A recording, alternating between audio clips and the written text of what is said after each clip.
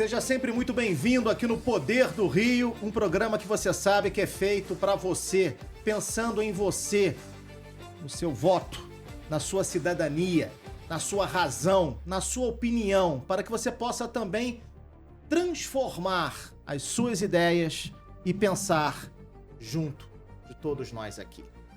Hoje, esse programa, que é o programa número 11 da série O Poder do Rio, estamos recebendo uma promissora política,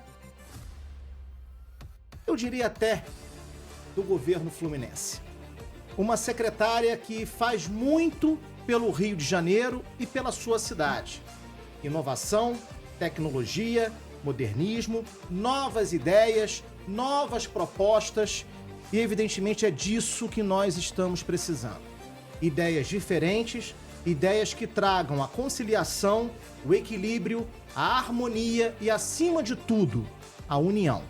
Ao meu lado aqui, como sempre, uma satisfação enorme, grandiosa satisfação, meu amigo, meu irmão, jornalista Rodrigo Mandarini. Tô de volta, né, lá com o Ivanir, eu não pude participar, você me tirou da mesa. Eu tirei Agora, você da mesa? Me tirou da mesa. Você estava lá do outro lado da mesa, isso é o que lá vocês na técnica, acreditam. É, isso é o que você né? fala. Você me tirou, mas agora a secretária me convidou e eu tô aqui. Prazer falar com você. Meu irmão querido, Rodrigo Mandarini, um dos maiores e melhores jornalistas do Rio de Janeiro. Eu diria que ele é sempre original de fábrica. Sempre de original de fábrica, mas tô tentando aí fazer um plus aí. Bom, hoje, então, no programa número 11 do Poder do Rio, com muita honra, com muita satisfação, ela que vem de uma cidade que eu tenho muita apreciação, que eu tenho muito orgulho, uma cidade que me traz lembranças maravilhosas, um lugar realmente paradisíaco, um dos melhores lugares do Brasil para se viver. Piracicaba? Niterói. Ah, tá. E a verdadeira capital do estado do Rio de Janeiro. Já se apresentou. É a capital moral. A gente nunca perdeu. Já se apresentou. Juliana Benício, secretária municipal de Inovação, Ciência e Tecnologia do município de Niterói. Juliana, seja muito bem-vinda aqui no programa.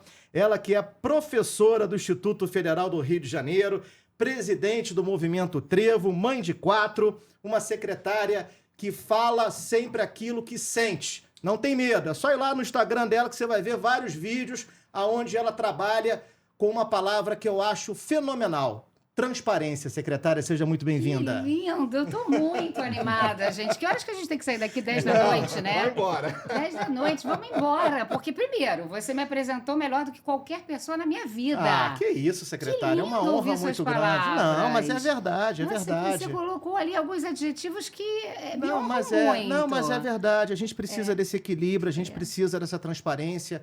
Eu assistindo a senhora pela internet, eu percebi... O que a gente combinou antes de começar? Você pela internet. Pelo amor de Deus. Assistindo você pela internet, eu percebi o quanto existe no seu conteúdo a preocupação de fazer honrar o seu cargo, de fazer honrar aquilo que as pessoas acreditam em você, que é a política, mas uma política séria, uma política verdadeira, transparente, e a gente sabe o quanto isso é difícil. E eu sei que você nem precisa estar no cargo que está. Tem uma vida absolutamente tranquila, mas trabalha pelo povo, trabalha pela sua cidade, trabalha pela população, trabalha pelas crianças, trabalha pelos jovens e é uma defensora da tecnologia, da inovação, da ciência, uma professora que com certeza vai fazer mudar de opinião esse camarada que está aqui do meu lado. Eu costumo dizer que eu não sou defensora da tecnologia, eu sou defensora do progresso. Eu quero que a gente cresça, que o Brasil dê oportunidade para as pessoas. Né? Trabalhei 25 anos em sala de aula e que vi alunos extraordinários que saíam da faculdade e não tinham oportunidade. E aí é isso que eu quero mudar, é esse jogo. E hoje eu tenho certeza que a tecnologia é o caminho para isso. Já mudei sua opinião? Com duas palavras? Com uma frase? Ainda não consegui. Calma, a gente chega lá. Deixa a nossa audiência entender o seguinte. Antes do programa começar... Já teve 1 hora de podcast. Já teve 1 hora de podcast aqui. Já teve um debate amplo aqui entre a professora Juliana Benício e o jornalista Rodrigo Mandarini, que diz que não gosta dos professores. Não falei isso, não. Não. O que você falou, então? Eu falei que os professores universitários principalmente de humanas, eles representam a escória Não fala da educação. Meu Deus Rodrigo. do Não céu. fala Meu isso, Meu Mandarim. Deus, cadê? Baixa o meu Não, santo moderado, é aí, assim, por favor, me chama. olha só. Santinho, vem me ajudar, vem cá. E aí eu me baseio por alguns. Vamos lá, algumas vamos coisas, lá. O meu histórico, o meu conhecimento dos meus professores, que alguns me seguem, e para você, professor que me segue, eu não aprendi nada com vocês, além de reclamar Não de fala tudo. isso, Rodrigo. Eu tô falando dos meus. A gente não pode Você teve aula generalizar. com os meus professores? Eu Não, acho não que tive eu vou, aula vamos com fazer seus uma festinha. professores. Ele teve algum trauma ali naquele momento. Olha que Vamos barato. fazer uma festinha para resolver isso? Secretária, olha que Toma- legal. Ah, Eu era amigo, esses professores que eu falo que não me ensinaram nada, eu era amigo de todos eles. uhum, Eles bebiam com a gente, uhum. alguns se envolviam emocionalmente, afetivamente e sexualmente com alunas. Isso é errado. Isso é errado. Isso Tá não é legal. entendendo? Isso é Concorda? péssimo. Isso é péssimo. Isso são bons Péssimo. exemplos? Não, de jeito Eu, maneiro. por exemplo, Nem em trabalho, eu não gosto nem em trabalho. eu Eu matava. acho que a gente tem que ter lugar de profissão, profissão, Onde lugar ganha de estudar, Ok? né? Exatamente. E eu, por exemplo, no início de faculdade, Viu? a gente queria. Exatamente, ele falou. Mas eu acho isso. Exatamente. Olha, eu, por exemplo, um aluno. gente vai chegar eu tô lá. falando um jovem que sai do ensino médio. Eu fiz faculdade, eu fiz o final do meu ensino médio, eu fiz numa fase da minha vida em que a gente queria festa, a gente vai para a faculdade e a gente encontra aquele ambiente festivo, aquele ambiente permissivo. E aí o que acontecia?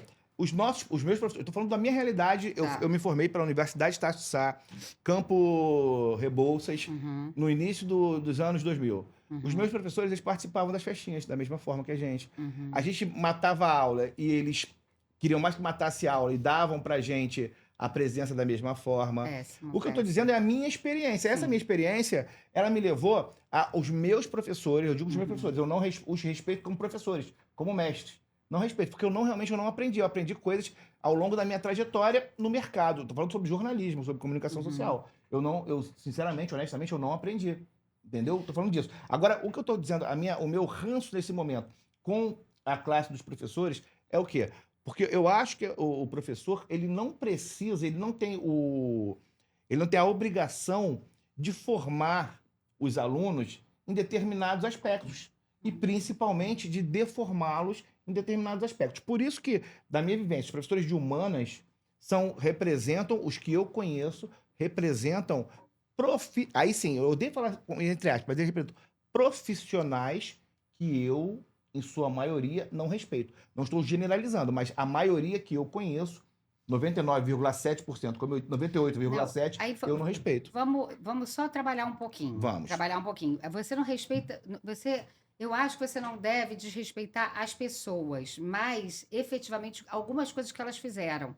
Né? Porque a gente não pode achar que aquele ser humano, tudo que ele fez na vida, Não, mas eu não falei está sendo isso. desmerecida Não, porque sim.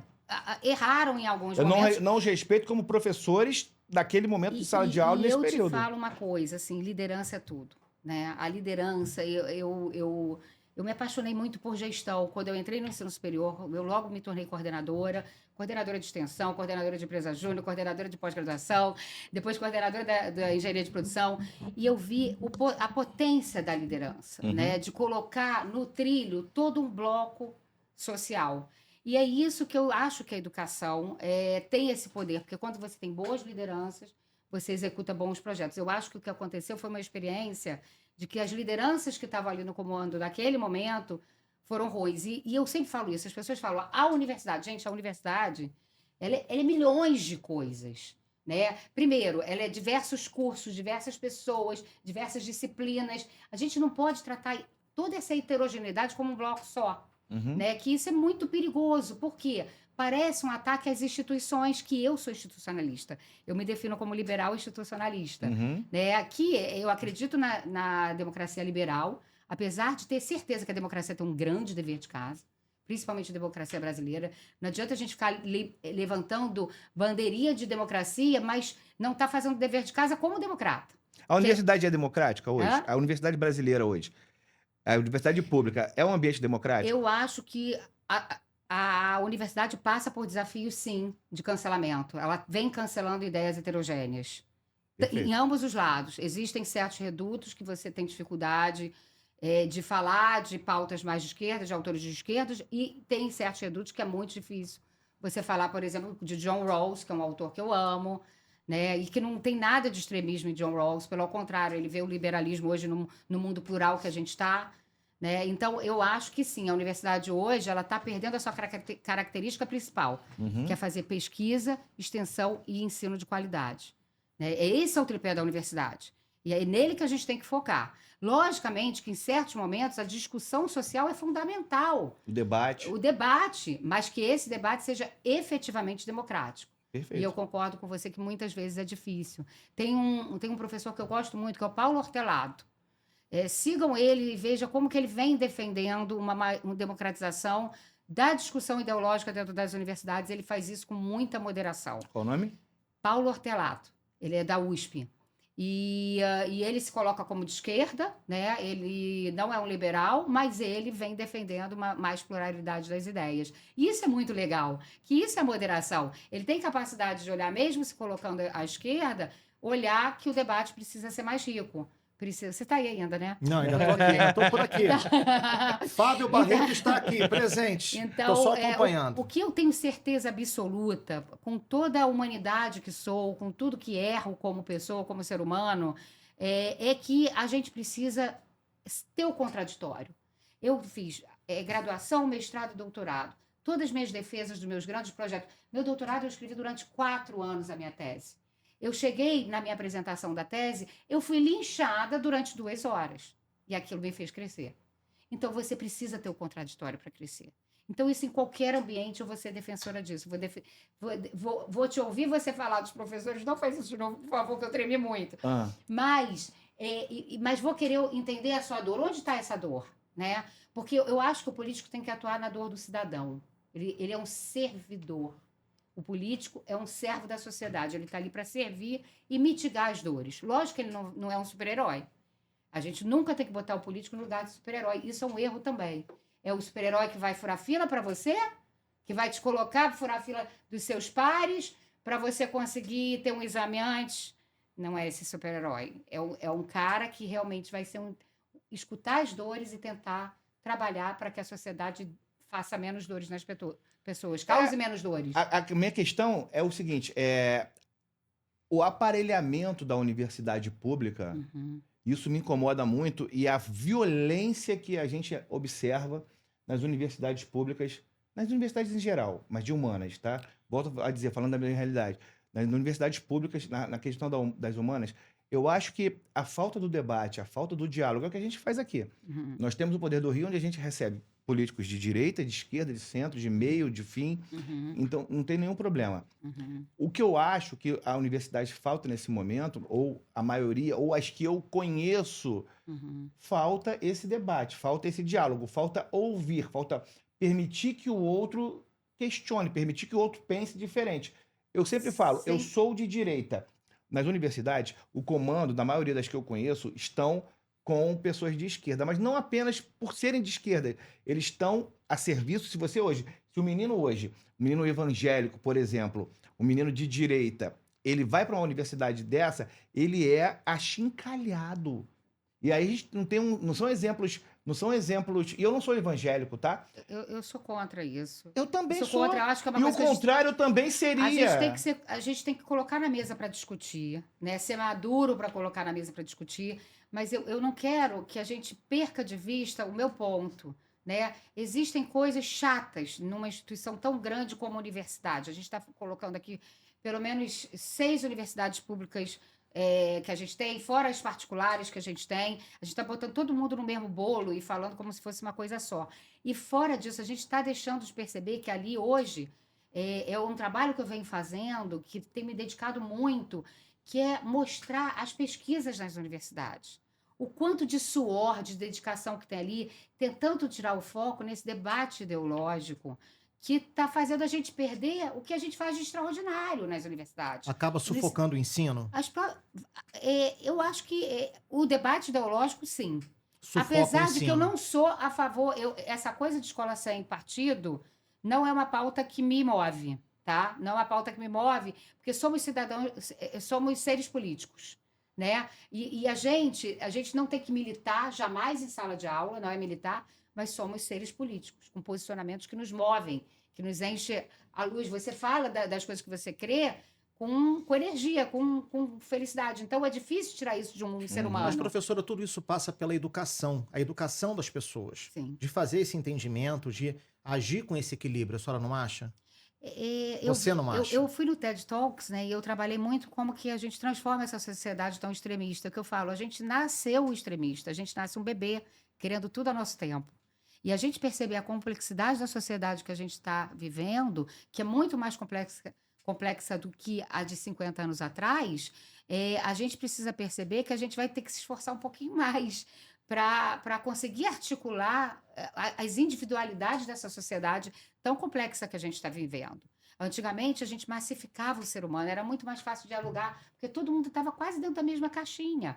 Hoje, as pessoas colocam para fora a sua individualidade. E isso não é individualismo, é individualidade. É o que o liberalismo defende muito. E nasce o egoísmo com isso. Por isso que Porque a pessoa que não aceita a outra, ela é egoísta. Por isso que eu diferencio do outro. Você desenvolver sua individualidade não quer dizer que você vai ser egoísta. E nem quer mudar a individualidade do outro. Nem quer mudar do outro. Sim, professora, mas a questão é você dialogar com o próximo, independente se ele seja ou não diferente de você. Aceitar o outro como ele é. É um ponto e trabalhar dentro dessa linha, é um ponto viver extraordinário assim. Que eu quero debater, que você está trazendo, porque a tese contra o liberalismo é de que a gente desenvolvendo nossa individualidade, a gente fica mais egoísta. Isso. O que eu defendo é que a gente desenvolvendo a nossa individualidade, a nossa sociedade fica mais complexa e a nossa capacidade do passado que a gente tinha de se comunicar a gente vai parecendo que não consegue se comunicar com o outro porque os outros estão ficando muito diferentes da gente. Exatamente. Mas a gente precisa comprar essa briga. A gente precisa comprar essa briga. Não é reduzir o outro e igualar mais as pessoas, quer dizer, fazer um movimento... trazer o outro para si. Trazer o outro para si. Porque é desafiador o que a gente vem passando de crescimento que cada indivíduo vem evoluindo nos últimos 20 anos. O século XXI que proporcionou para a gente se aproximou quase que do mundo inteiro, a gente conheceu outras civilizações. O mundo evoluiu mais do que o ser humano.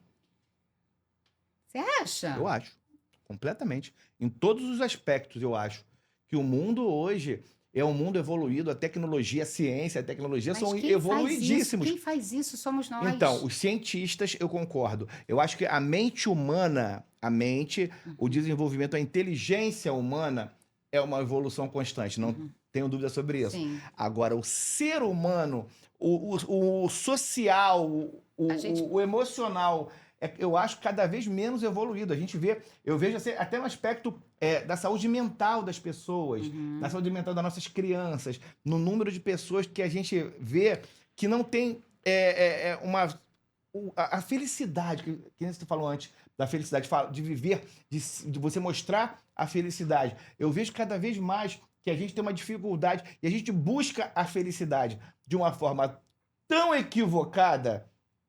E aí não importa nível social, não importa o nível intelectual, as pessoas hoje buscam a felicidade de uma forma muito errada. Isso para mim demonstra uma falta de evolução. Eu acho que saúde mental, você entrou num ponto, né? A saúde mental, efetivamente, hoje é um problema de saúde pública. Há muito tempo eu já venho defendendo que a gente olha a saúde mental de uma outra forma. Porque hoje a gente tem um discurso de botar muita responsabilidade sobre o indivíduo, e eu sou liberal, eu sou a favor que o indivíduo assuma a responsabilidade para que ele evolua, mas, por outro lado, a gente tem que ver o que ele aguenta. Por exemplo, a violência doméstica. Não me entendam mal, mas quando você vê uma mulher de favela que sobe, que desce para trabalhar às 5 horas da manhã, com 2 filhos no colo, outro deixou em casa, que não sabe o que vai acontecer, desce para o colo, deixa em alguma creche, a creche, de repente, estava fechada ou não funciona naquele dia, ela tem que deixar na casa de um vizinho, e aí essa mulher vai trabalhar, depois ela volta, às 7 horas da noite, carrega os 2 filhos com as compras de novo, sobe 1 quilômetro, chega em casa e ainda vai limpar. Como que é a saúde mental dessa mulher? E a gente oprime ela com regras que ela não consegue segurar, porque... E eu não estou falando de um indivíduo, eu não estou falando da sua experiência na faculdade, eu estou falando de uma escuta sensível que eu tenho da mulher de favela hoje, o que ela vive. Né? E é essa mulher, e é esse indivíduo que está se sentindo oprimido por essas regras que a gente está pautando, sem compreender que o Estado tem a responsabilidade, sim, de ajudá-la. E aí... Com uma rede de saúde mental efetiva. Então, olha como é que é contraditório. Eu não sou a favor da violência, absolutamente contra a violência doméstica. Mas também o discurso opressor não ajuda muito ela. Não ajuda muito porque ela está doente. Ela está depressiva. Mas não existia mulheres, há 50 anos atrás, não existiam mulheres também que passavam por isso? Sim. Olha como a gente não consegue evoluir. Mas a sociedade não Piorou. oprimia com o discurso. Está concordando mas exatamente com o que eu estou falando. Atrás. A gente não pode ser a favor da violência. É isso que eu estou dizendo. Mas... A gente, olha como a gente não consegue evoluir. Situações, condições. 50 anos atrás, essa mulher hoje ela é muito mais oprimida, muito mais cobrada. E esse tipo de cobrança, esse tipo de visão, principalmente esse tipo de apontamento e julgamento que a gente tem hoje, isso mostra que a gente não consegue evoluir. Mas porque a gente precisa efetivamente, aí eu volto, sendo liberal, defendendo a atuação do Estado. Porque o liberal não é libertário, nem contra o Estado, pelo contrário. Anarquista. O liberal é a favor de instituições fortes e que entreguem, eficientes, que sirvam à sociedade. Então, nesse caso, o Estado deveria ter uma política mais efetiva de saúde mental. E está longe. E aí, tá longe, mas Bom, vamos trabalhar. Deixa eu só trazer... Tem uma pessoa trabalhando.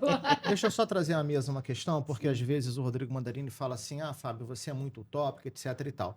Mas essa conversa dentro da questão ideológica... Não, mas essa conversa dentro da questão ideológica, ela traz realmente a todos nós aqui uma tona que é muito interessante. Pode ser ou não utópico, mas a verdade é essa. Tudo passa, professora, se eu estiver errado, você me corrija por gentileza, não, por lógico. favor. A gente não tem Tudo certo passa, e errado. tudo passa pela reforma moral, pela capacidade do indivíduo de compreender o outro. Porque quem constrói a sociedade é a nossa moralidade. A partir do momento em que os deputados vão a plenário e aprovam a PEC da vergonha, aquela PEC que para mim, na minha modestíssima opinião, já mostrou o caráter de quem está lá, né? Eu estou me referindo aqui à PEC da blindagem. A gente olha para aquilo e percebe que a moralidade é que constrói a sociedade. Porque só precisa de lei quem está fora da lei. Se o Brasil tem uma quantidade infinita de leis, nós somos um país onde nós temos, talvez, leis que outros países não possuem, é porque nós estamos agindo errado. Porque a partir do momento em que a gente começa a agir erradamente, a gente precisa construir leis para poder frear o ímpeto errado de muitos daqueles que estão infringindo o direito do seu semelhante, do seu próximo. Então, tudo passa pela questão moral. A moral, ela nos induz a ter o respeito, nos induz a ter essa capacidade de observar que essa mulher que a senhora está dizendo aqui precisa desse carinho, precisa desse acolhimento, precisa dessa resposta do Estado.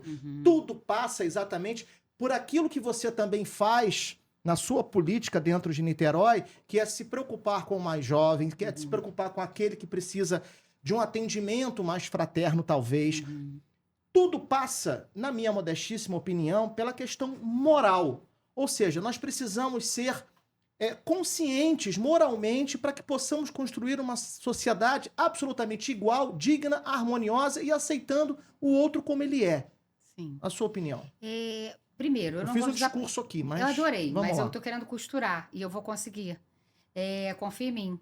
Eu não gosto dessa palavra reforma moral. Sim, eu gosto da palavra da frase reforma moral. Construção moral. Eu acho Sim. que a gente precisa realmente construir a moralidade, a nossa moralidade no século XXI, que é muito desafiador diante de coisas que a gente já falou aqui, diante da própria evolução do ser humano nesses últimos tempos. Sim. Que vocês estão me desconcentrando. Não, é porque a gente está tentando só ajeitar o microfone aqui, desculpa. Tá bom. Não, gente, é porque eles estavam se mexendo aqui e eu fico... Não, a gente estava só olho no consertando gato, o microfone. outro no que. Eu Vamos lá. erro todos os ditados, tá? Não tem problema. Mas então, só para voltar a falar. Então, eu acho que a gente precisa realmente rever esses valores morais e que eles sejam mais...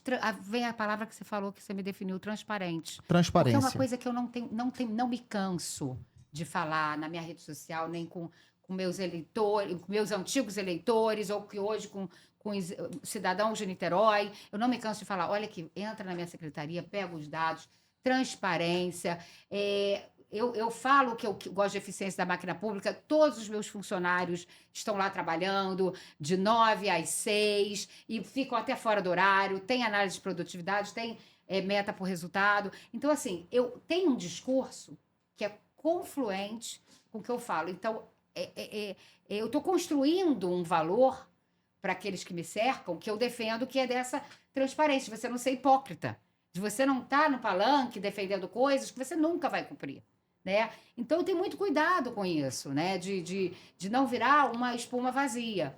Mas, antes de tudo, eu acho que o que a gente precisa hoje mesmo, no Brasil, é de inovação.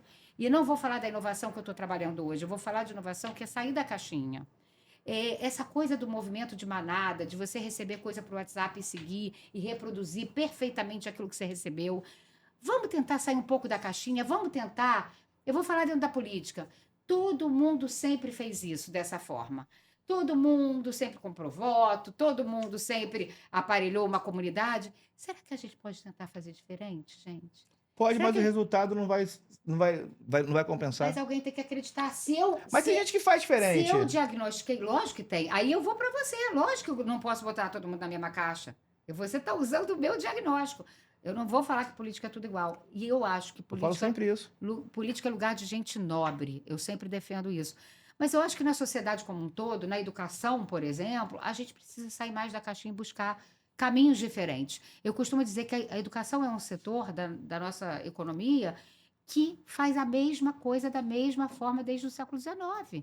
A gente ainda bota o aluno na frente, sentado em carteira, fala... Vamos falar sobre isso. Vai? Não, peraí, fiquei com medo agora quando você pegou aí. Você gosta de educação, né? Será que você queria ser professor na vida? Eu gostaria de ter sido professor. Tenta. Não, mas eu já tô velho. Não tá, não, tá muito novo. Você é mais novo que eu?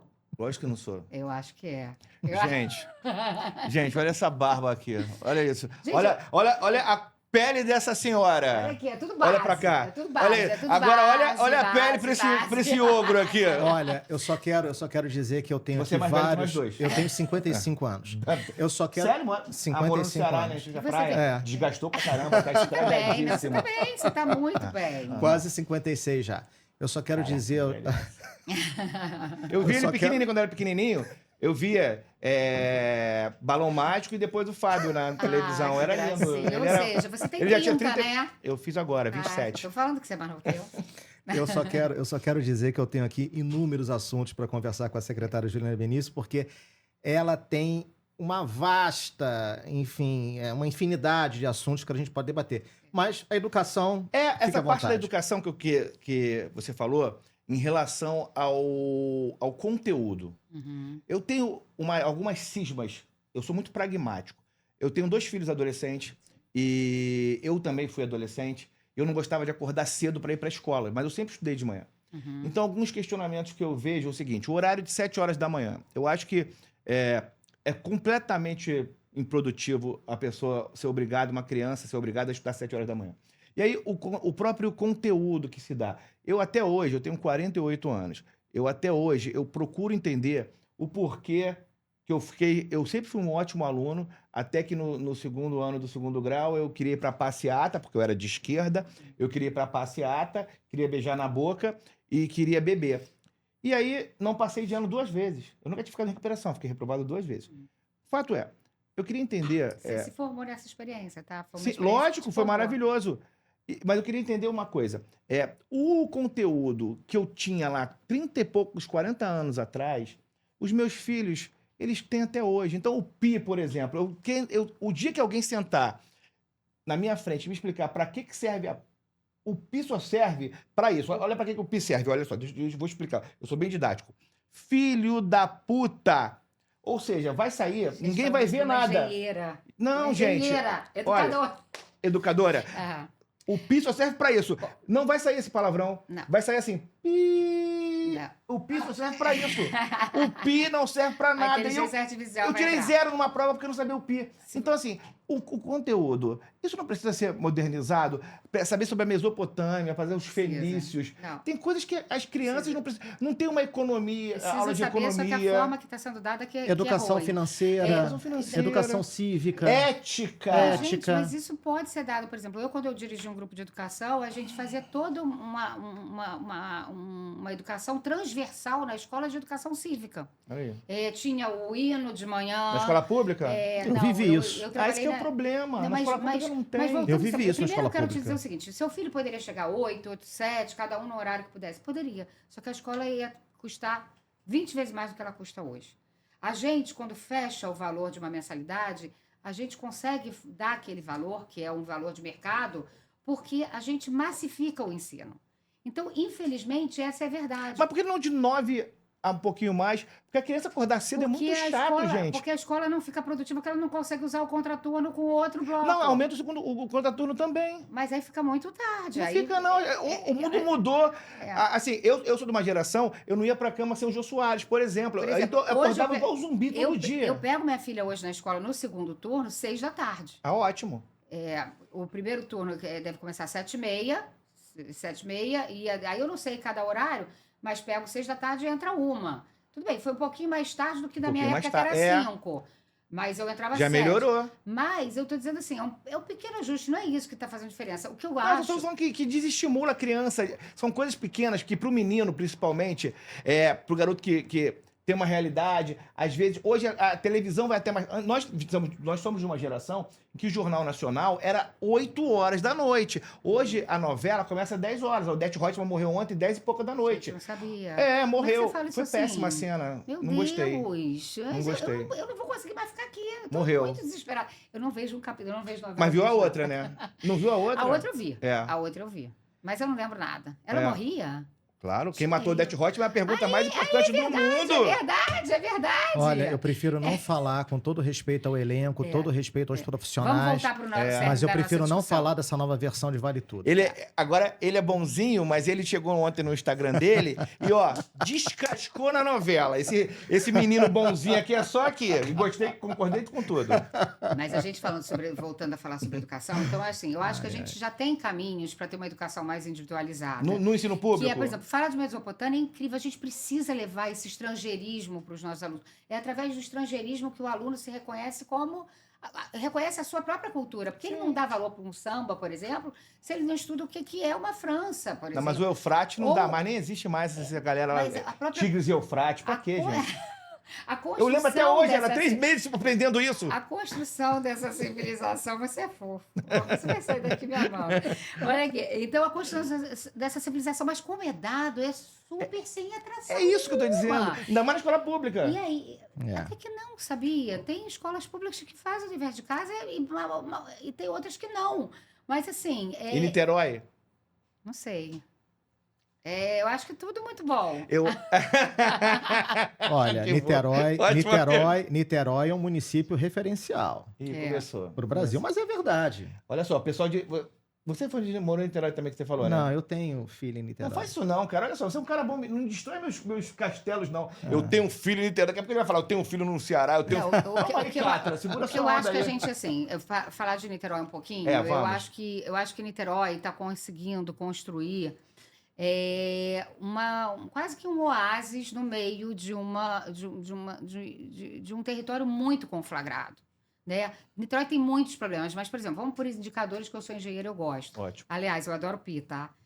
Gosta? Deixa eu só entrar nesse ponto antes de entrar sobre Claro. Niterói. Não. Porque, na verdade, a gente tem que entender que toda a matemática, os instrumentos matemáticos e a linguagem matemática, no fundo, são para exercitar outras áreas do cérebro que a gente não tem o conforto de transitar.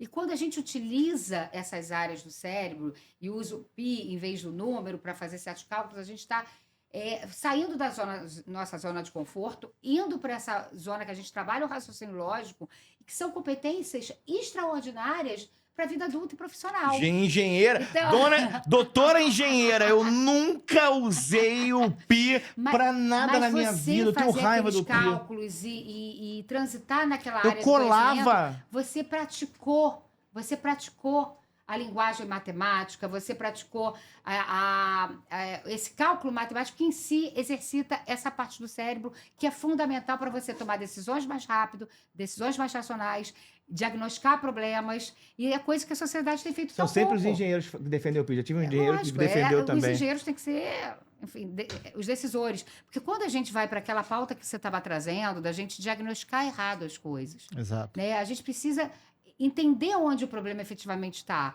Senão a gente vai criar leis e a lei não vai adiantar nada. E o Brasil já tem lei pra caramba. Não, o Brasil o problema está na país- violência doméstica, está na saúde mental. Entende? É o diagnóstico que muda E tudo. o Brasil tem uma coisa que eu acho absurda. A lei tem que pegar. Uhum. Essa lei não pegou. Como assim? Lei é lei, E gente. não é só pegar, não. E Lei não é pra ser cumprida, Meu não é pra amigo, pegar. E não Só adianta. no Brasil. exato. Essa lei não pegou. Não adianta você verdade. fazer. Primeiro que não adianta, eu acho, que não adianta você fazer uma lei, além de não pegar, que quando pega, aí depois do cara vai, mata um, mata dois, mata três, Não, e tem é. a regressão da pena. Isso aí a gente vai cair no outro papo. Não, no outro papo. outra conversa. Mas tem a regressão da pena. E principalmente, a gente tem que pensar o seguinte: para a mulher que sofre a violência, Uhum. na prática, ter a Maria da Penha ou não ter a Maria da Penha não muda absolutamente nada, porque ela já foi assassinada, ela já foi espancada. O que a gente tem que ter é uma sociedade, uma lei, principalmente pessoas que não agridam as mulheres, porque a gente está preocupado em punir o cara que bate. Gente, é o contrário, a gente tem que diminuir a quantidade de pessoas que batem, não aumentar a pena para quem bate. A gente está indo mas na é contramão. sonho você achar que a gente vai conquistar isso Aí é sem sonho. punição nenhuma. Não, sim. Tanto é que justamente por exemplo, esse segmento da sociedade que, por exemplo, defende a escola militar, que é uma escola punitiva, antes de tudo. Uhum. Tudo na escola militar vem Ah. pela punição. E que eu acho que é um retrocesso, Eu tá? também acho. Eu acho que é um retrocesso. Então, eu acho que é avançar para que a gente não precise punir. Mas foi politizado muitas isso também. Hã? Isso foi politizado. Foi. Esse discurso do militar, da escola militar é uma coisa completamente politizada. Eu, por exemplo, tinha pavor de escola militar. Sempre tive pavor. Eu sou de direita. Eu continuo tendo pavor. Aham. E os meus filhos eu não os colocaria, Uhum. salvo se eles quisessem muito, tivessem um sonho, eu não os colocaria numa escola militar. Não é o meu estilo. Aham. Mas aí, porque eu sou de direita, e porque as Aham. pessoas são de direita, aí você tem que defender a escola militar. Por quê? Porque hoje nós vivemos... eu gosto da polarização, diferentemente de você. Mas você precisa Olha. questionar a polarização. Mas olha, aí eu vou te falar. Mas a escola militar também elas cumprem seu papel hoje. Para quem se Pra permite. quem tem um isso, perfil de perfil. aluno que se adequa e elas são É extraordinárias. isso, exatamente, Existe um concordo. grupo. Então, aí vocês vão falar, você é isentona, tudo você... Gente, mas olha aqui como é que eu tô argumentando o que eu tô defendendo. Concordo plenamente. Eu sou contra massificar a escola militar. Concordo Achar que a escola plenamente. militar É a pra solução todo para tudo. mundo. Exatamente, perfeito. Entende? E sobre a polarização, só para ficar muito bem claro aqui, a polarização, ela não é interessante na minha Mas tá visão. mudando isso já. Peraí. Quando existe o extremismo, quando sim. existe o radicalismo, Uhum. a polarização, ela é saudável a partir do momento que ela se mantém dentro do equilíbrio. Uhum. A partir do momento que ela esteja sendo benéfica para abrir uma discussão, descortinar as verdades, Mostrar as intenções. e mostrar as intenções, e a partir daí você começa a trabalhar uma ideia unificada. Uhum. Agora, Gera o debate. que gera o debate, que gera a construção de uma ideia que vai materializar um processo que vai trazer um benefício contínuo e longínquo para a nossa sociedade. Sim. O problema da polarização é o radicalismo, Isso. o extremismo, Isso. a violência, a intolerância, o não querer ouvir o outro. Esse é o problema da polarização. É blindar, inclusive, quem está errado. É o que blindar? Inclusive quem está errado. Mas é o tempo inteiro. A polarização blinda a polarização extremista. Ela blinda quem vive no errado. Eu acho que Porque é o cara isso aí defende comigo. uma bandeira. Não, mas ele é Y. Não pode mexer porque ele é Y. Não. É. Não existe polarização que defenda o errado. O certo é o certo e todos nós sabemos o que é o certo. Então, o problema da polarização aqui, quando eu falo, e você mesmo se colocou favorável a isso, quando nós tivemos aqui a essa mesa uma pessoa que não nos respeitou como profissionais. E é de que setor? De que espectro? Direita. Então, pronto. Concorda? É o radicalismo. O radicalismo, ele é inaceitável. Exato. É o radicalismo que destruiu a humanidade. Exato. É o radicalismo que provocou as guerras. É o radicalismo que provoca a fome, que provoca as diferenças, secretário. E a gente identificou em quanto tempo? Eu não tenho mais nada a acrescentar com o que você falou. Não, Você foi perfeito. mas é verdade. E quando você fala exatamente isso, o problema não é a polarização, o problema é a polarização com o extremismo. Exatamente. Porque a polarização, você ter um outro polo, sempre te ajudou você se conhecer melhor. Isso aí. Humanas e exatas, você balanceia ali um equilíbrio de alguém que estuda a vida inteira comportamento humano e alguém que é focado em números. Os polos, Nada disso Não? Mas quando você se torna extremista e acha que seu projeto é o único que é válido E todo mundo é burro? E julga. Porque é isso que eles falam. Você é Literal, burro. falou literalmente, pô. Hã? Lorde. O cara falou literalmente Literalmente, O exatamente. Lorde veio aqui. Ainda bem, agora vocês elevaram, né? isso. Bastante. E é isso que a gente Povo está fazendo em Niterói. A gente Esse tá povo de Niterói. Esse povo de Niterói tá- Me segura que eu falo. elevando o nível. Mais ou Elevando menos. o nível. Mais ou menos. Que foi povo de Niterói, Ah, tá? foi Não vou esse? falar, não. Meu Deus, Olha, e esse aí? espaço aqui- Manda ela pra casa, porque eu tenho Esse que... espaço aqui é caro, é custoso. Não é fácil você montar uma estrutura dessa, Sim. você receber as pessoas. E a pessoa senta aqui, a gente recebe com tanto carinho, com tanta honra. É um prazer receber as pessoas aqui. É um projeto que nos custa tanto. É um projeto que teve a aceitação desse camarada aqui, que aceitou realmente a minha modesta ideia, que cumpriu e cumpre o seu papel profissional de uma forma brilhante. É verdade, Rodrigo Mandarini. E aí a pessoa senta aqui e não consegue ser minimamente educada, não consegue ser minimamente equilibrada para respeitar a opinião de dois jornalistas que também estão aqui aprendendo como ele está. Mas o radicalismo cega de uma tal maneira que provoca na pessoa, me desculpe, com todo respeito mesmo, uma ignorância, um processo que foge completamente à educação. Então, quando eu pontuei para você, eu vou chamar de senhora novamente, quando eu pontuei para você a questão da moralidade e a questão da educação, é isso que falta realmente na polarização, é educação e moralidade. Eu não tenho dúvida que a educação é a base disso, porque quando você vê como você se constrói como cidadão, que cidadão você vai ser? É toda essa experiência que você vive na escola. Por isso que a escola não é só conteúdo. Escola é o lugar que você se forma por inteiro, integralmente. Né? As relações, a forma que o recreio acontece, a forma que você se sente protegido dentro daquele ambiente ou não pelos seus próprios amigos. Né? Então, a escola é fundamental, é a base disso. Então, a gente tem que fazer melhor esse dever de casa, eu não tenho dúvida, e é aquilo que a gente está falando desde o início. Se a gente hoje está com uma sociedade doente nesse sentido, de ser extremista, é porque também, olhando com o olhar empático, a gente precisa ver que dor é essa que essas pessoas estão sentindo. Da onde surgiu isso? Será que anos, né, que você quer oferecer para o seu filho uma educação de qualidade, é aquela educação que não está entregando, que não permite o seu filho ter oportunidade, que seu filho lá com 18 anos está sem emprego, não consegue, você passando fome, você com aquela vida que eu falei da mulher de favela. Então, esse contexto todo realmente vai te revoltando, né? Enquanto indivíduo, enquanto ser humano. Isso estoura, mas cabe às lideranças sãs botarem, mostrarem novamente o trilho para onde ele tem que ir. Olha, vamos lá, a gente tem um projeto novo. Nesse projeto novo, a gente pode entregar mais, a gente pode sanar essa dor, a gente pode melhorar a educação. Nesse projeto novo, é possível a gente gerar mais emprego. O problema é que está faltando esse discurso da entrega, né? A gente tem que voltar a falar de entrega, a gente tem que voltar a falar de realização, porque é isso que o cidadão, no fundo, quer.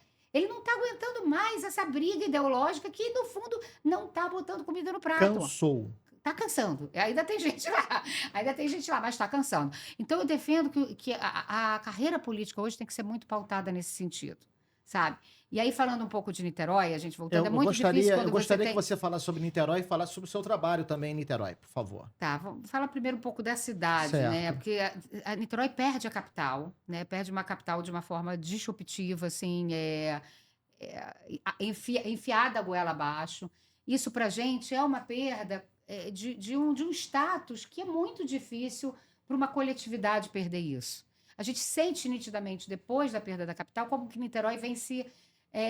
Minguando, talvez? minguando, perdendo a autoestima, né? Apesar de continuar sendo a cidade que muitas cidades do interior buscam para morar. Perdendo a autoestima, o morador de Niterói é o eu acho, do universo, são dois, né? O tijucano e o morador de Niterói. Eu acho que é o morador que mais tem autoestima.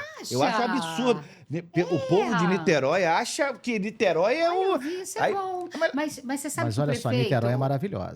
Perto do Rio. O atual prefeito fez uma pesquisa quando ele assumiu lá em 2012, se eu não me engano. Rodrigo Neves, né? É Rodrigo. Rodrigo Neves, vamos citar o nome completo. E o prefeito fez essa pesquisa de opinião que tentava compreender qual era o sentimento. Quando as pessoas pensavam em Niterói, que imagem que ela via? Sabe o que essa pesquisa deu? Que via uma senhora idosa aposentada.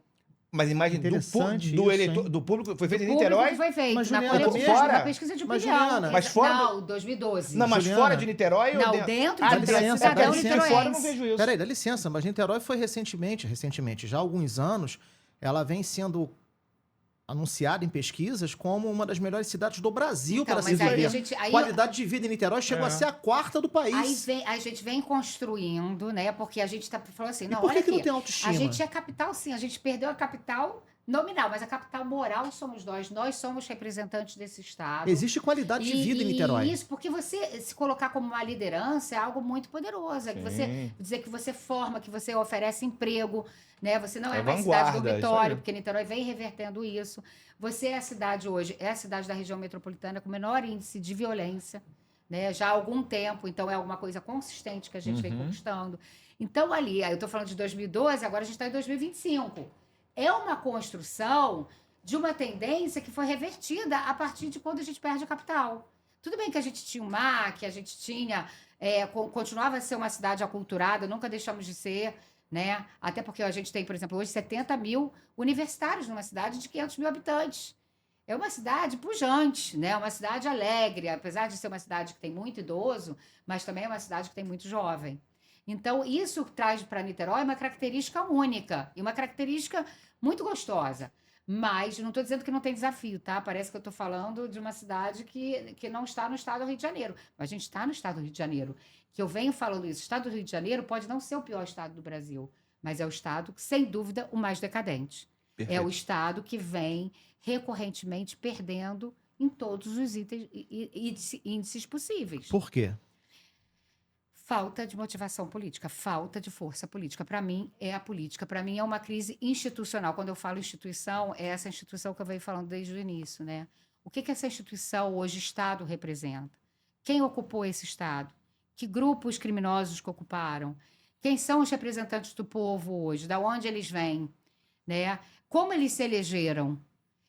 Aí você vê que é uma liderança que decide muita coisa no lugar de poder que não tem reputação para isso. E é o que a gente fala aqui desde o primeiro programa. Isso que você está falando é uma coisa que eu falo desde o primeiro programa aqui. Porque muitas vezes, a gente senta aqui diante de alguns políticos, ou principalmente quando não é político, e o que a gente aponta sempre? O problema do Rio de Janeiro são os políticos. O problema do Rio de Janeiro é a classe política. Gente, um estado onde... eu falo isso todos os programas, nenhuma vez. 5 governadores presos. 5 governadores presos. Aí a gente querer dizer, honestamente, que a culpa são dos 5 governadores presos. Não. Me desculpa, gente. Eu não vou passar pano. A culpa é de você, eleitor, que elegeu 5 governadores que foram. Eles não viraram. Não teve uma chavinha mágica. Entrei, sentei na cadeira, virei um vagabundo. Não. Moreira Franco, Rosinha Garotinho, Antony Garotinho, Pezão, Sérgio Cabral. E o Pezão foi eleito prefeito de Piraí. Depois de tudo. Depois de tudo. A culpa... Aí vamos lá. Aí a gente vai apontar que os políticos são os maiores responsáveis? Gente, pelo amor de Deus. Eu acho que a sociedade é responsável. A gente tem que olhar para dentro. Porque, concordo, né? A gente vê nitidamente territórios que o crime domina e o crime orienta voto e a comunidade segue. Só que vamos lá para o diagnóstico de novo. A comunidade segue porque nesse território acaba que, na visão de curto prazo daquele cidadão, ele tem mais benefício vindo do crime do que vindo desse político compra-voto do que de um Estado. Mas no executivo não é assim. Isso pode ser no legislativo. Tem aqueles deputados, aqueles vereadores daquela região que há violência. Mas vamos lá, nós estamos no Rio de Janeiro. O interior do Rio de Janeiro, por exemplo, Tem muita gente que não depende do crime, que não é voto de cabresto. Mas elege de novo. O interior é muito provinciano. É muito provinciano. Muito voto de cabresto, sim. Mas você, Muito. no executivo, você acha que o crime organizado, do Rio de Janeiro aqui, ele tem um poder de influência no lado, por exemplo, vamos lá, Cabo Frio, o crime organizado de lá, ele tem influência no governo do estado aqui, como de votos? Tem. Rodrigo, hoje. Porque é uma pirâmide, pirâmide de base eleitoral. Exatamente. E você sai comprando as lideranças, né? Isso no modelo tradicional político. Você compra as lideranças para você fazer a sua base, né? E aí, quando você compra, sei lá, troca de favor, né? Não, isso sim. Eu só acho que a gente acaba terceirizando isso. Que não seja por essa pirâmide tradicional. É um esforço absolutamente inovador e de uma construção de uma nova política cidadã. Secretária Mandarini, só o fato de um político, candidato, ter que pedir licença a um traficante, a um bandido, para entrar numa comunidade, para pedir voto, isso é o fim de tudo. Isso é o fim de tudo. E dentro de todo esse processo, eu queria comentar com você, secretária. Só para dar mais especificidade, quando a gente perde capital e tem a fusão, que é feita de forma muito atabalhoada, essa fusão, e a própria ditadura, a gente tem maior número de políticos do estado do Rio que são exilados. Então, isso deixa um vazio. E esse vazio é preenchido por lideranças muito associadas ao crime organizado, seja jogo do bicho, diferentes tipos. Então, e você vê que logo depois desse momento, você vê os bicheiros andando na Sapucaí como se fosse uma coisa normal.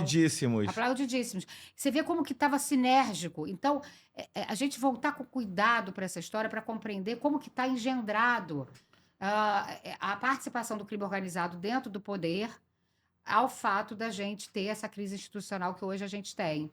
E que esse modelo só se reproduz. A gente precisa, em vez de apontar dedo, buscar um novo modelo. Como que a gente pode eleger gente sem precisar que ele venha por esse modelo, que é um modelo que compra pessoas e compra lideranças associadas ao território, que muitas vezes, não todas as vezes, mas muitas vezes associadas ao crime organizado. E, secretária Juliana, você, em uma das suas publicações nas redes sociais, na sua página no Instagram, você trouxe um vídeo que me chamou muita atenção, confesso, falando sobre a questão do imperialismo no Brasil.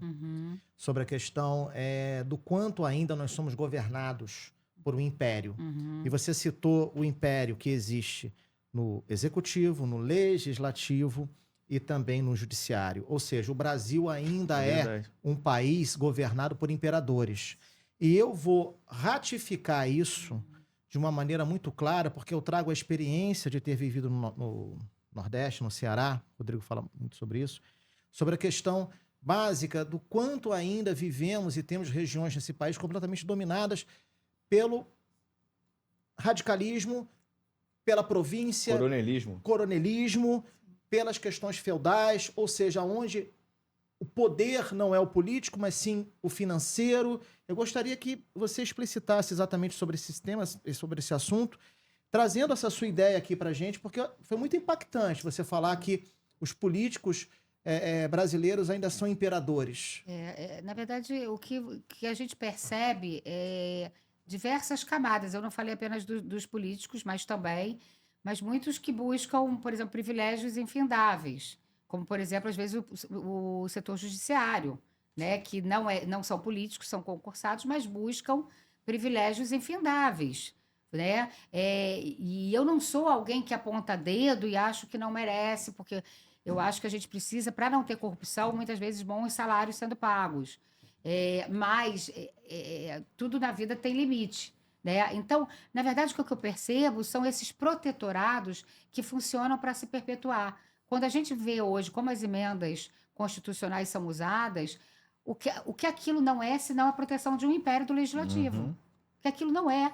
Eu, quando eu vier na próxima eleição candidata, eu vou lutar contra isso, contra o império. Candidata à Prefeitura de Niterói. Não, eu vou vir candidata a deputada federal. A deputada federal? Guarda isso. Sou pré-candidata. Já é Já posso falar que eu sou pré-candidata. Juliana Benício, pré-candidata olha, com essa pelo voz. Partido...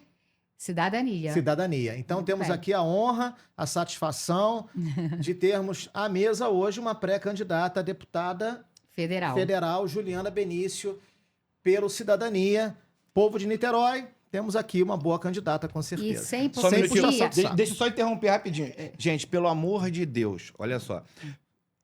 Juliana Benício. Por favor, na hora lá que você for anotar, que tiver lá. Não, pelo amor de Deus, não confunda o segundo nome dela e vote errado. Pelo amor de Deus. Juliana Benício. Gente, aonde foi parar a isenção jornalística nesse momento? Eu não posso falar aonde falar foi nada, parar né? a neutralidade jornalística nesse momento? É o coração que fala mais alto, amor. O coração diz tudo. E olha Quem que eu tem falei medo. E foi menos de uma hora que eu consegui ele. Olha, Você vê como é que eu sou Não. poderosa? Mas a única coisa que eu te falo é que a minha rota, a minha caminhada, não vai ser por essa política tradicional. Quer dizer, meu reduto político, eu comecei no Novo, né? E no Novo eu aprendi que é possível. É possível você construir uma marca que defende pautas muito fortes. As minhas pautas, transparência, responsabilidade, responsabilidade fiscal, eficiência do Estado, educação de qualidade, né? Então, são pautas muito claras que eu tenho. E eu percebi que é possível você construir reputação e sair dessa rota da política tradicional, que também, no Novo, eu aprendi que eu não quero apontar dedo. Porque eu apontar dedo para uma pessoa, eu estou dizendo que essa culpa é só dele. E não é disso que você falou, que é de uma sociedade inteira que precisa se construir de maneira diferente. Uhum. O Novo não era centro-direita? Novo é direita, né? E aí eu saí do Novo porque eu achei que o partido se extremizou demais. Tenho amigos ainda lá, mas eu achei que o discurso ficou extremista demais. E eu busquei um caminho mais moderado. Fiquei sem partido há algum tempo para me decidir. Foi igual quando eu me separei. Quando eu me separei, fiquei solteira há algum tempo, conheci meu novo marido e hoje vou casar para sempre. Nunca mais vou separar. Parabéns. Mas a gente, às vezes, precisa ficar sozinho para se reconstruir, para entender a sua identidade. Depois daquela experiência, que foi uma experiência incrível estar no Novo, porque é muito desafiador. Mas você foi candidata à prefeitura de Niterói. Candidata a prefeita. Como é que foi essa experiência? Foi uma experiência que eu diria que é quase que um doutorado na minha vida. Foi um doutorado, assim. O quanto que eu aprendi, o quanto que eu evoluí, o quanto que me alimentou enquanto indivíduo, enquanto ser humano. Então, eu sei que eu estou na política porque, antes de tudo, eu tenho um propósito. Um propósito de mudar a vida das pessoas. Mas, no fundo, aquela experiência foi uma experiência individual que me construiu muito, me fortaleceu muito. Enquanto mãe, eu sou uma mãe melhor depois de ter vindo candidata. Por quê? Porque você olha para o outro de uma forma totalmente diferente. Né? Primeiro você olha para o buraco. Você vê que o buraco... Sabe quando você olha ali para o buraco? Fala, o buraco está no Japão. É uma nova realidade. O buraco é muito embaixo. Juliana, evidentemente, eu vou falar aqui, não precisa puxar saco de ninguém. Quando eu falei, enfim, elogiei aqui a boa candidatura de Juliana Benício, né, para puxar saco, porque tivemos aqui já excelentes pessoas, a própria Dani Monteiro, tivemos aqui pessoas da direita também, Rodrigo Amorim, Alan Lopes, Luiz Paulo, o próprio Ivanir dos Santos, a Thalita Galhardo teve aqui também, excepcional, grande Thalita Galhardo, enfim. Tivemos aqui grandes políticos com ideias maravilhosas, pessoas que realmente despertaram em nós, assim, tiraram da gente aquela dor, quem eu vou votar? Poxa, existem pessoas muito boas na política. Não podemos generalizar nunca. O problema do ser humano é a generalização. Esse é o grande problema. Então, a pergunta que eu lhe faço também em cima disso é exatamente por conta desse foco da sua postura, do seu caráter, da sua condução, da sua ideologia, da sua marca de vida, que trazer para si mesma essa responsabilidade, tentar minimamente mudar a vida das pessoas. Exato. É isso que você quer. Você acredita que mesmo nesse país completamente tóxico, né, por pessoas erradas e conduções erradas, por aproveitadores, pessoas que querem somente o poder pelo poder, que querem o status, que querem o império, que querem morar nos palácios, que querem apenas se serem amigos do rei. Serem amigos do rei. A pergunta que eu lhe faço é exatamente essa. Dentro dessa sua condução, dentro da sua postura, do seu caráter, da sua dignidade, você está preparada para quebrar esse espectro, essa barreira? 100%, esse paradigma? 100%? Como? Eu não estou mais preparada. Eu estou pronta. Tá pronta? Diferente. Por quê? colocando a carta muito na mesa. Ah. Hoje a secretaria, ela poderia estar sendo usada para o meu projeto político. Secretaria, só explica... A secretaria que eu estou como secretária, que é a Explica Secretaria pra de audiência. Inovação, Ciência e Tecnologia. De Eu Niterói. poderia estar conduzindo os projetos nela, focando no meu projeto político. Para fazer panfletagem, para fazer palanque. Palco, fazer uma política de espuma, né? Colocar lideranças políticas ali territoriais para trabalhar comigo. E eu estou com um quadro absolutamente técnico, entregando absolutamente fora do padrão do que se espera de uma secretaria de 10 pessoas, que é o tamanho da minha secretaria hoje. Então, assim, e o que a gente vem construindo é uma política de longo prazo de inovação. A gente, em 8 meses, o que a gente fala hoje, a gente está fechando o contrato com a NVIDIA, que é a maior empresa do mundo. A gente vai trazer o P&D da NVIDIA para Niterói. Explica isso para a nossa audiência, audiência, a maior empresa do mundo, né? A gente está Faz placa, né? a Secretaria de Inovação, Ciência e Tecnologia é uma secretaria muito desafiadora, porque a gente precisa, que eu falo, ser trilíngue. A gente precisa falar a língua do político, a gente precisa falar a língua do corporativo e precisa falar a língua do pesquisador. Então, a gente precisa saber falar perfeitamente essas 3 línguas para construir as ligas. O que acontece no estado do Rio de Janeiro hoje? A gente tem pesquisas excepcionais, o governo, de maneira geral, está com essa crise institucional, mas eu, graças a Deus, estou no governo. O prefeito Rodrigo Neves aposta muito na inovação, quer esse projeto saindo do papel, então é um defensor da inovação, eu tenho um parceiro do meu lado. E o lado corporativo que se cansou. O lado corporativo ele não quer mais dialogar nem com político, nem com pesquisador.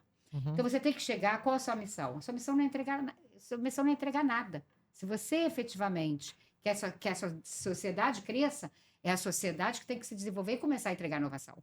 Não é a prefeitura. Então, o que eu tenho que fazer? Eu tenho que fazer as ligas.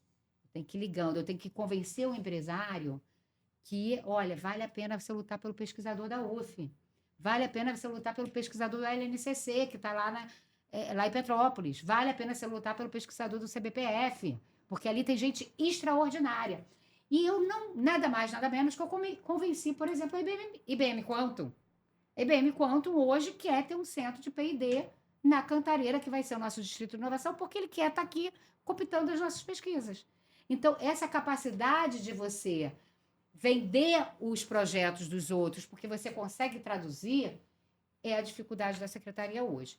Fora isso, que a secretaria também tem uma missão, porque quando ela percebe, assim, vamos dizer, desenvolver a inteligência artificial.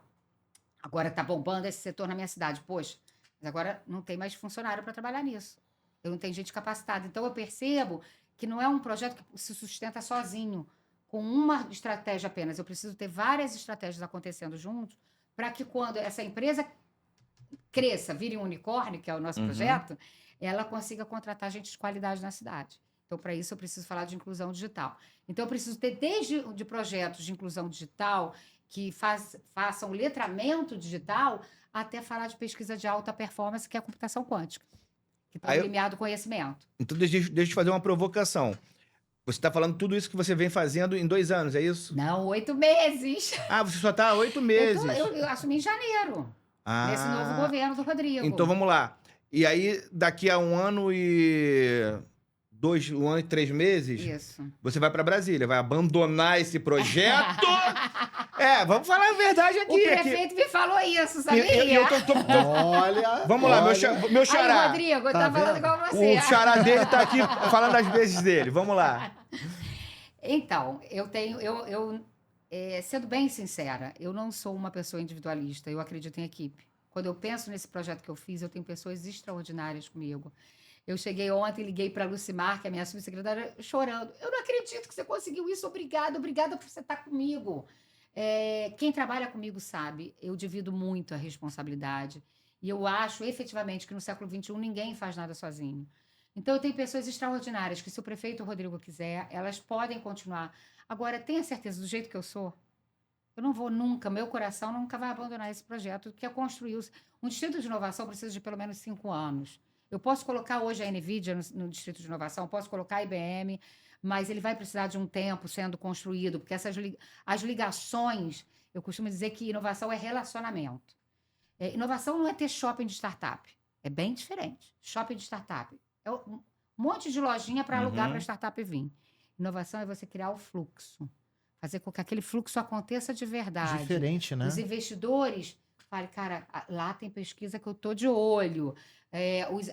As empresas começarem colocarem seus P&Ds lá para se articularem com as startups, que são empresas muito mais jovens, ágeis, sem burocracia, para ela conseguir se rejuvenescer um pouco e as startups se munirem do financiamento das empresas grandes. Só para acabar. E o político está muito próximo, o governo está muito próximo para fechar certas arestas, como, por exemplo, que aresta que Niterói está fechando nesse momento? Só aresta. Niterói não está fazendo tudo.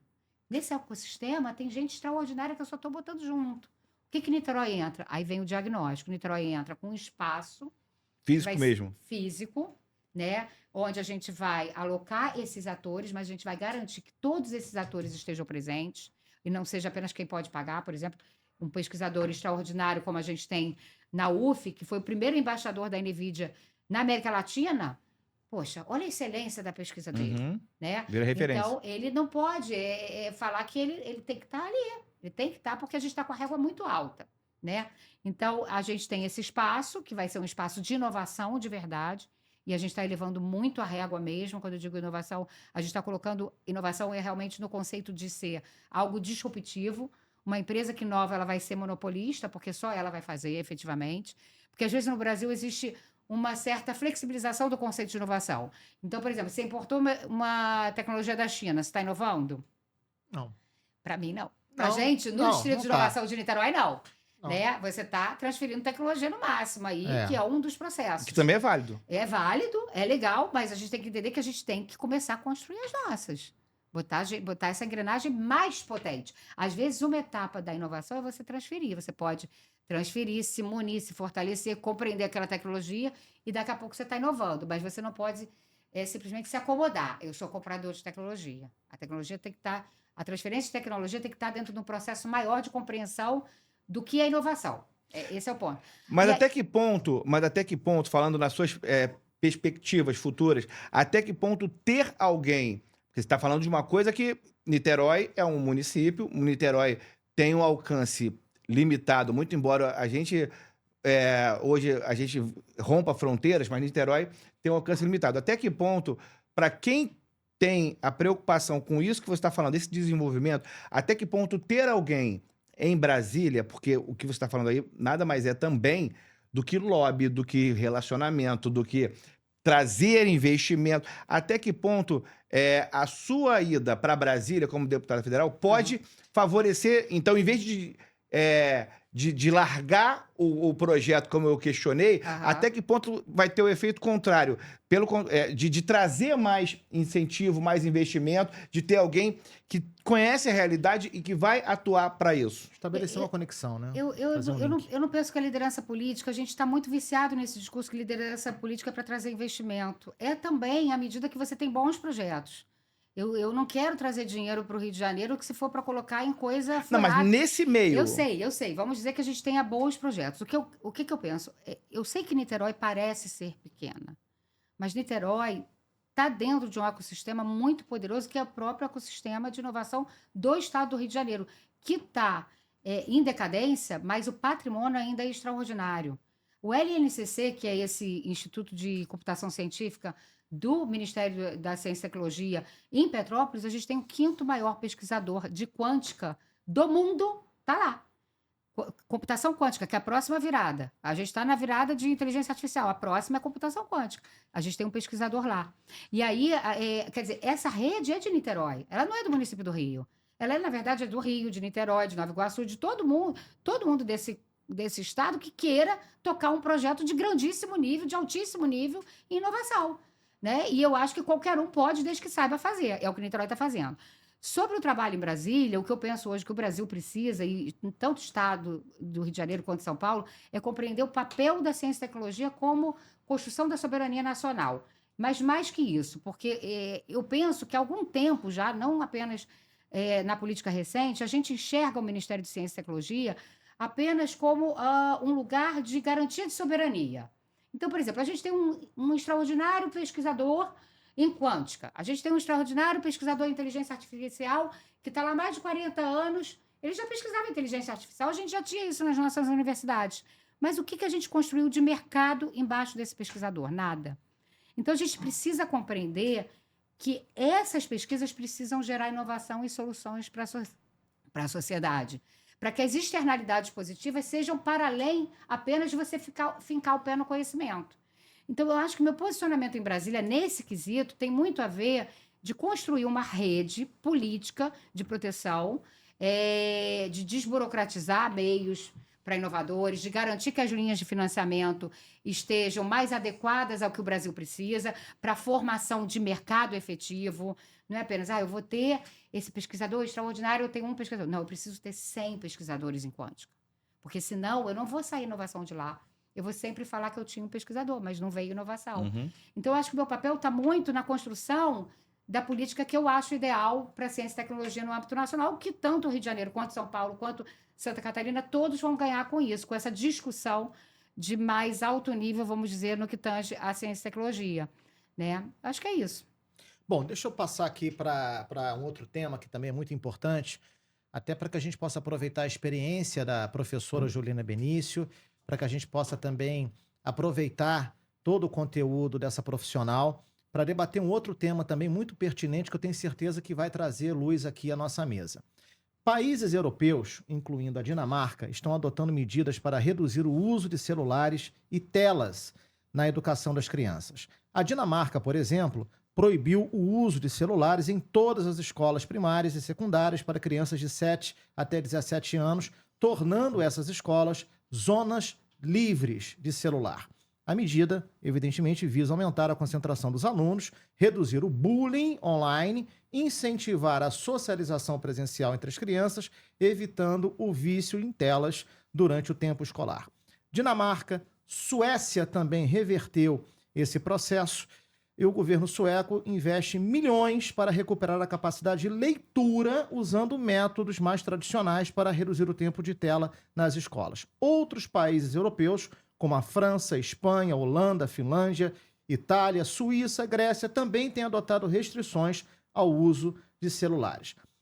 Para uma secretária de Ciência, de Tecnologia, de Inovação, esse é um tema pertinente. Muito, eu acho que sim, porque como a tecnologia impacta a sociedade como um todo, né? Até a saúde mental, impacta a saúde pública hoje em dia. Mas assim, senhora novamente, mas você como secretária, você acredita que esse método já utilizado pelos países europeus que reverteram esse processo é garantidor? Eu sou a favor da restrição na escola, mas não no ambiente privado. Eu acho que a gente não pode falar para pais que não devam dar, só pode dar para o seu filho durante tanto tempo na casa dele. Né? A gente tem que alertar sobre os riscos daquilo. E cada família vai monitorando. No ambiente escolar, eu sou a favor como uma política educacional. Porque efetivamente tem sido comprovado, por meio de dados, que aquilo distrai a aprendizagem da criança. Mas a gente precisa destacar, volta àquele ponto, as escolas precisam se desafiar para esse novo tempo. Porque também está muito desafiador para essas crianças do século XXI se adequarem a esse modelo ainda imposto pelas nossas escolas. É um desafio enorme. É muito fácil eu falar isso daqui do podcast de microfone.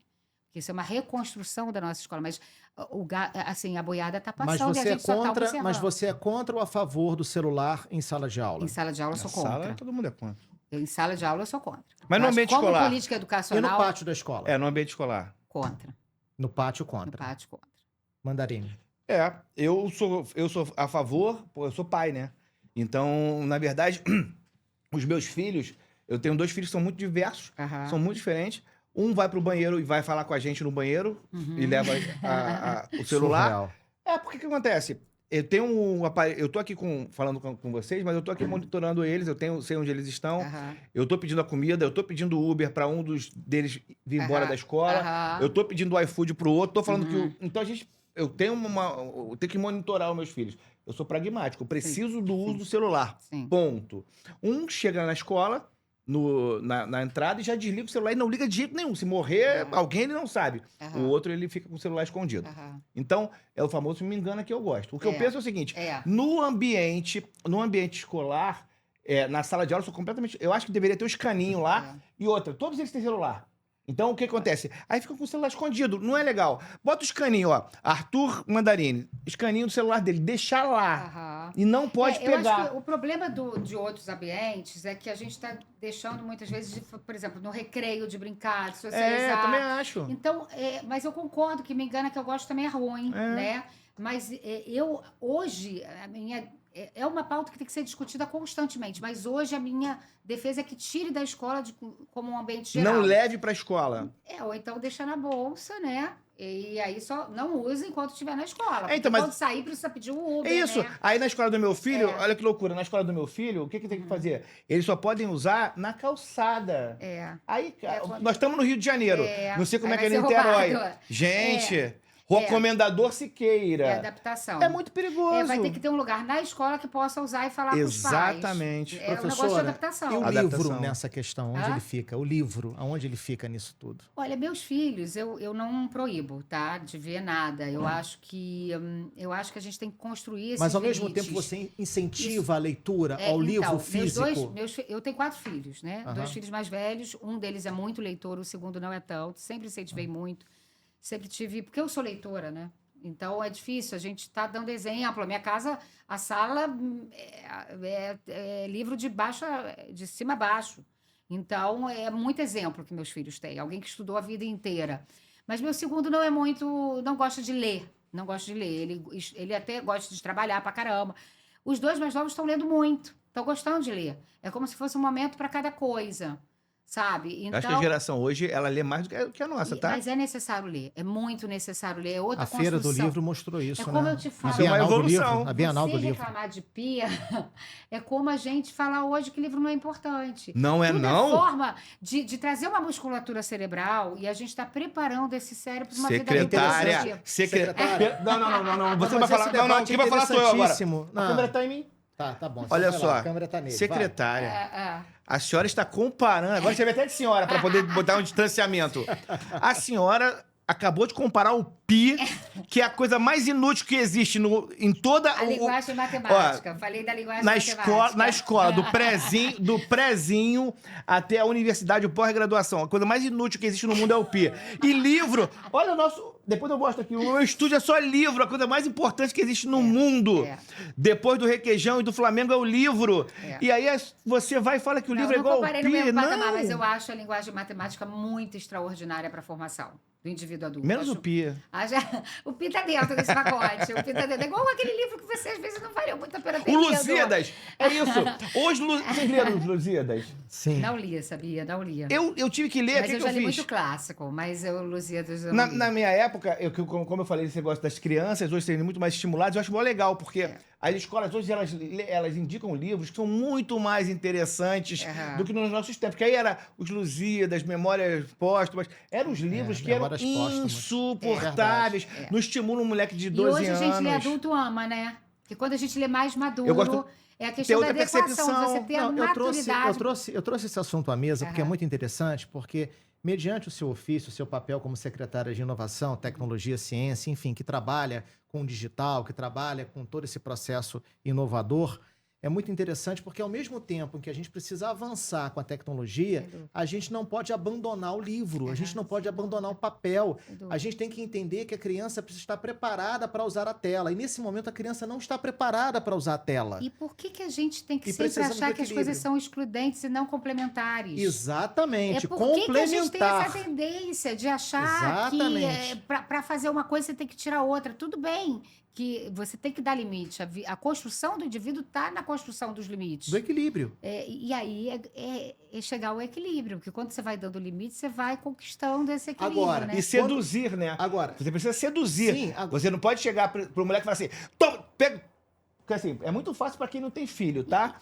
Toma o celular e fala assim, vai ler o livro, moleque, toma aqui, ó. Não é, irmão, uma construção. Não vai. O moleque vai tomar ódio do livro. Exato. Ódio do livro. Como também tem crianças que são simplesmente dependentes da leitura e tem muita dificuldade de relacionamento, que também não é bom. A gente também tem que chegar e falar, ó, vamos tirar um pouquinho, vamos andar um pouquinho no sol...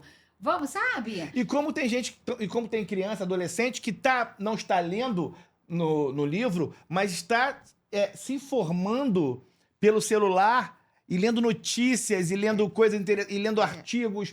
E tem coisa interessante. Tendo informação mas boa. você precisa, papai e mamãe. O que você precisa é saber o que o menininho está vendo. Porque é muito fácil. Mais uma vez, a gente está, o quê? Jogando para os outros. Não é proibir. Simplesmente vou proibir o celular. Não, bonitão. Olha lá, vai no histórico do bonitão lá e vê o que esse moleque tá fazendo. Existem pais... Tem que fazer, né? Existem pais que já educam seus filhos longe das telas. Apenas com brinquedos, com livros educativos, com procedimentos e ideias completamente analógicas. Eu respeito totalmente. Essa criança vai ser chata. Eu acho que realmente cada um busca a sua experiência. Como eu disse, na vida privada, eu acho que a gente não tem que ditar regra. Se esses pais efetivamente defendem isso... construam isso. Aí a escola, que é um lugar de socialização, de construção dos valores da sociedade, vai ter lá um momento que a professora vai apresentar como que se usa o tablet em algum momento, vai ter aula de informática, vai ter aula de robótica, e ele vai ter um acesso limitado muito mais, de repente, do que a sociedade. Mas a gente, às vezes, não é um contrassenso. Olha o contrassenso. Eu acho muito bonitinho aqueles móveis... como é que é? Os móveis de madeira bonitinhos, sensorianos, não esqueci o nome. Sensoriais. O que eu acho bonitinho, isso aí, é montessoriano. Montessoriano. Eu acho fofo demais. E aqueles livros bonitinhos, coloridinhos, brinquedinhos de madeira, eu acho mó barato. Aí o pai, que quer ser o modernão, né? O pai fala, meus filhos não comem açúcar, não pegam telas. Só que esses caras que estão aí, eles são desde criancinha...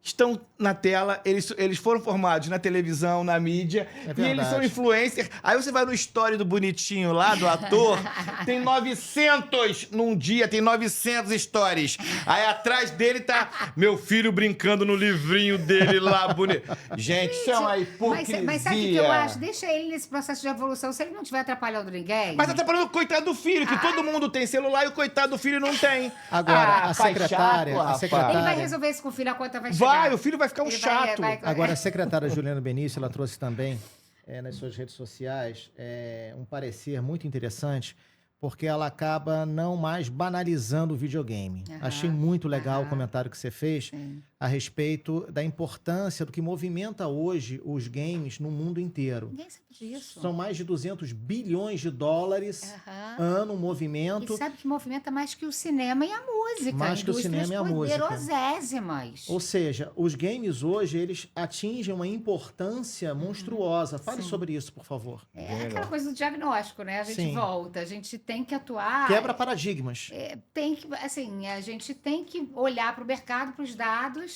o que está acontecendo e a gente começar a ser mais estratégico, onde a gente está colocando recurso. E eu não tenho dúvida que o setor de games é um lugar que a gente tem que colocar recurso. Perfeito. A gente tem que formar. Então, assim, eu sou botafoguense, mas eu fiz parceria com o Flamengo. O esporte do Flamengo é o maior time do Brasil em esportes. Só em esportes? Em esportes eu posso dizer que sim. Em futebol, não? Futebol fica lá. Fica na disputa. Nós temos mais eleitores, tá? Só falo isso, hein? Esse ano aí... Olha, não, mas assim, mas o Botafoguense é um cara legal, gente. Muito legal, muito legal. Então, assim, eu tô realmente estimulando. A gente fez 2 Pud Games, que são eventos só para games. E aí, quando a gente fala de Pud Games, a gente não leva também só pro lado lúdico, porque eu acho que tem o esporte. Eu acho que tem aquele jogador que a gente tira a criança da rua, vai às vezes pro campo, mas vai jogar também no computador. Mas tem o lado da programação, que também é um lado que você pode se inserir no mercado hoje e tem muita demanda para programador de games, né? Então, a gente também está atuando tanto na rede de programação de games, elaboração de games, e aí vai desde designer até programador mesmo, né? É uma indústria grande aí, e pelo lado de ser o jogador, do lado da ponta final. E em cima desse processo... Agora, a única coisa que eu preciso dizer, que é uma coisa importante do meu currículo. Sim. Eu já conquistei a princesinha no Mario Bros. Já? Então eu sou gamer. Muito bem. Total, entendeu? Você também? Depois eu vou... Abre aquela cortina. Pode abrir, tá no ar aí. Abre. Não. Olha pra baixo aqui, ó. Aqui, ó. Vamos botar aqui com nada é por acaso.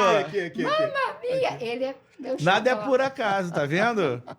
Aí, viu? Pode ficar aqui? Vai ficar. Então tá bom. Professora Juliana Benício, olha que coisa interessante, né?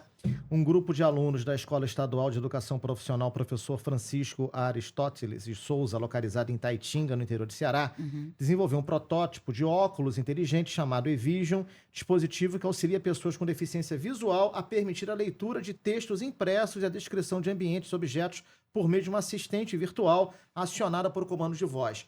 Ou seja, apesar de estarmos aqui discutindo... Olha onde no isso. Ceará, que tem... inúmeras dificuldades. Inúmeras dificuldades. Mas o Ceará é, de forma notória, um Educação. estado de um desenvolvimento educacional tremendo. Eu estive em Sobral, eu fiquei uma semana em Sobral para entender o processo de educação em Sobral. A melhor educação do país é em Sobral. Eu fiz uma série de 4 reportagens para a TV Jangadeiro, para o SBT local, enfim, um especial falando sobre educação em Sobral. Então, o que eu quero trazer é exatamente isso. Ao mesmo tempo que a gente discute aqui o uso equilibrado da tela, do celular, a gente traz também a mesma luz que o gamer é algo produtivo, não é algo, enfim, banal, enfim.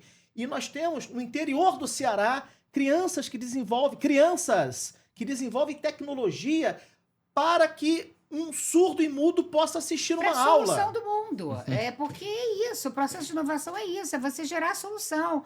Vai ser para inclusão, vai ser para aumentar a nossa vida. Ontem mesmo eu publiquei o caso de 2 meninas pesquisadoras da UF, do Hospital Otônio Pedro, que estão estudando uma forma de personalizar a quimioterapia para caso de cada câncer, para caso de cada tumor. E isso faz com que você não sinta tanto a quimioterapia, porque é testado que efetivamente funciona para você fora do seu corpo. Então, assim, são coisas incríveis quando a gente começa a ver o processo de inovação. E está acontecendo no Brasil.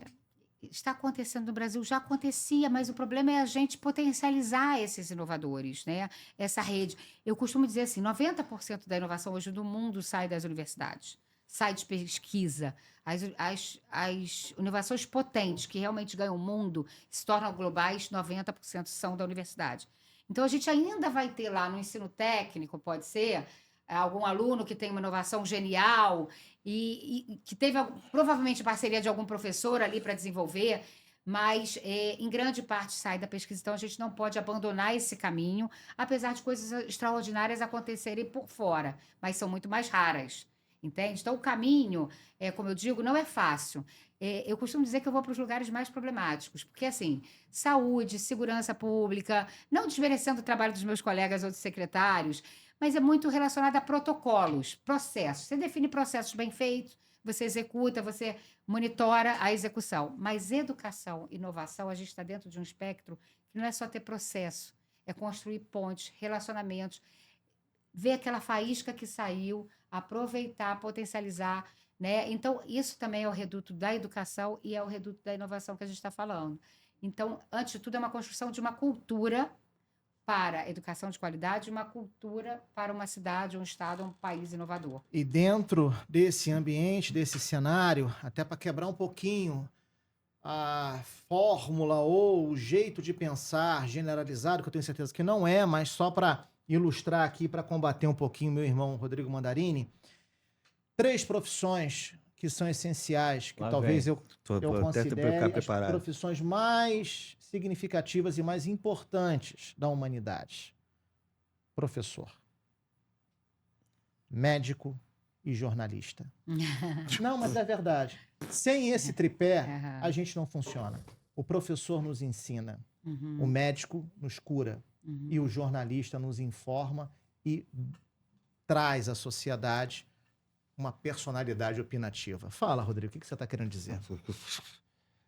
Cara, você colocar jornalista no mesmo patamar de professor e de médico... Mas o jornalista, você é um brincalhão. Não, mas o jornalista, ele é importante porque ele faz você opinar, ele faz você pensar, sim, mas ele traz a informação forma uma sociedade, constrói uma nação. Eu concordo, mas... Sem informação, você não vai a lugar algum. Eu concordo. Não adianta você ter apenas as outras profissões. O que dignifica todos nós é informação. Eu concordo. Né? Mas, agora, nada disso existe sem um professor.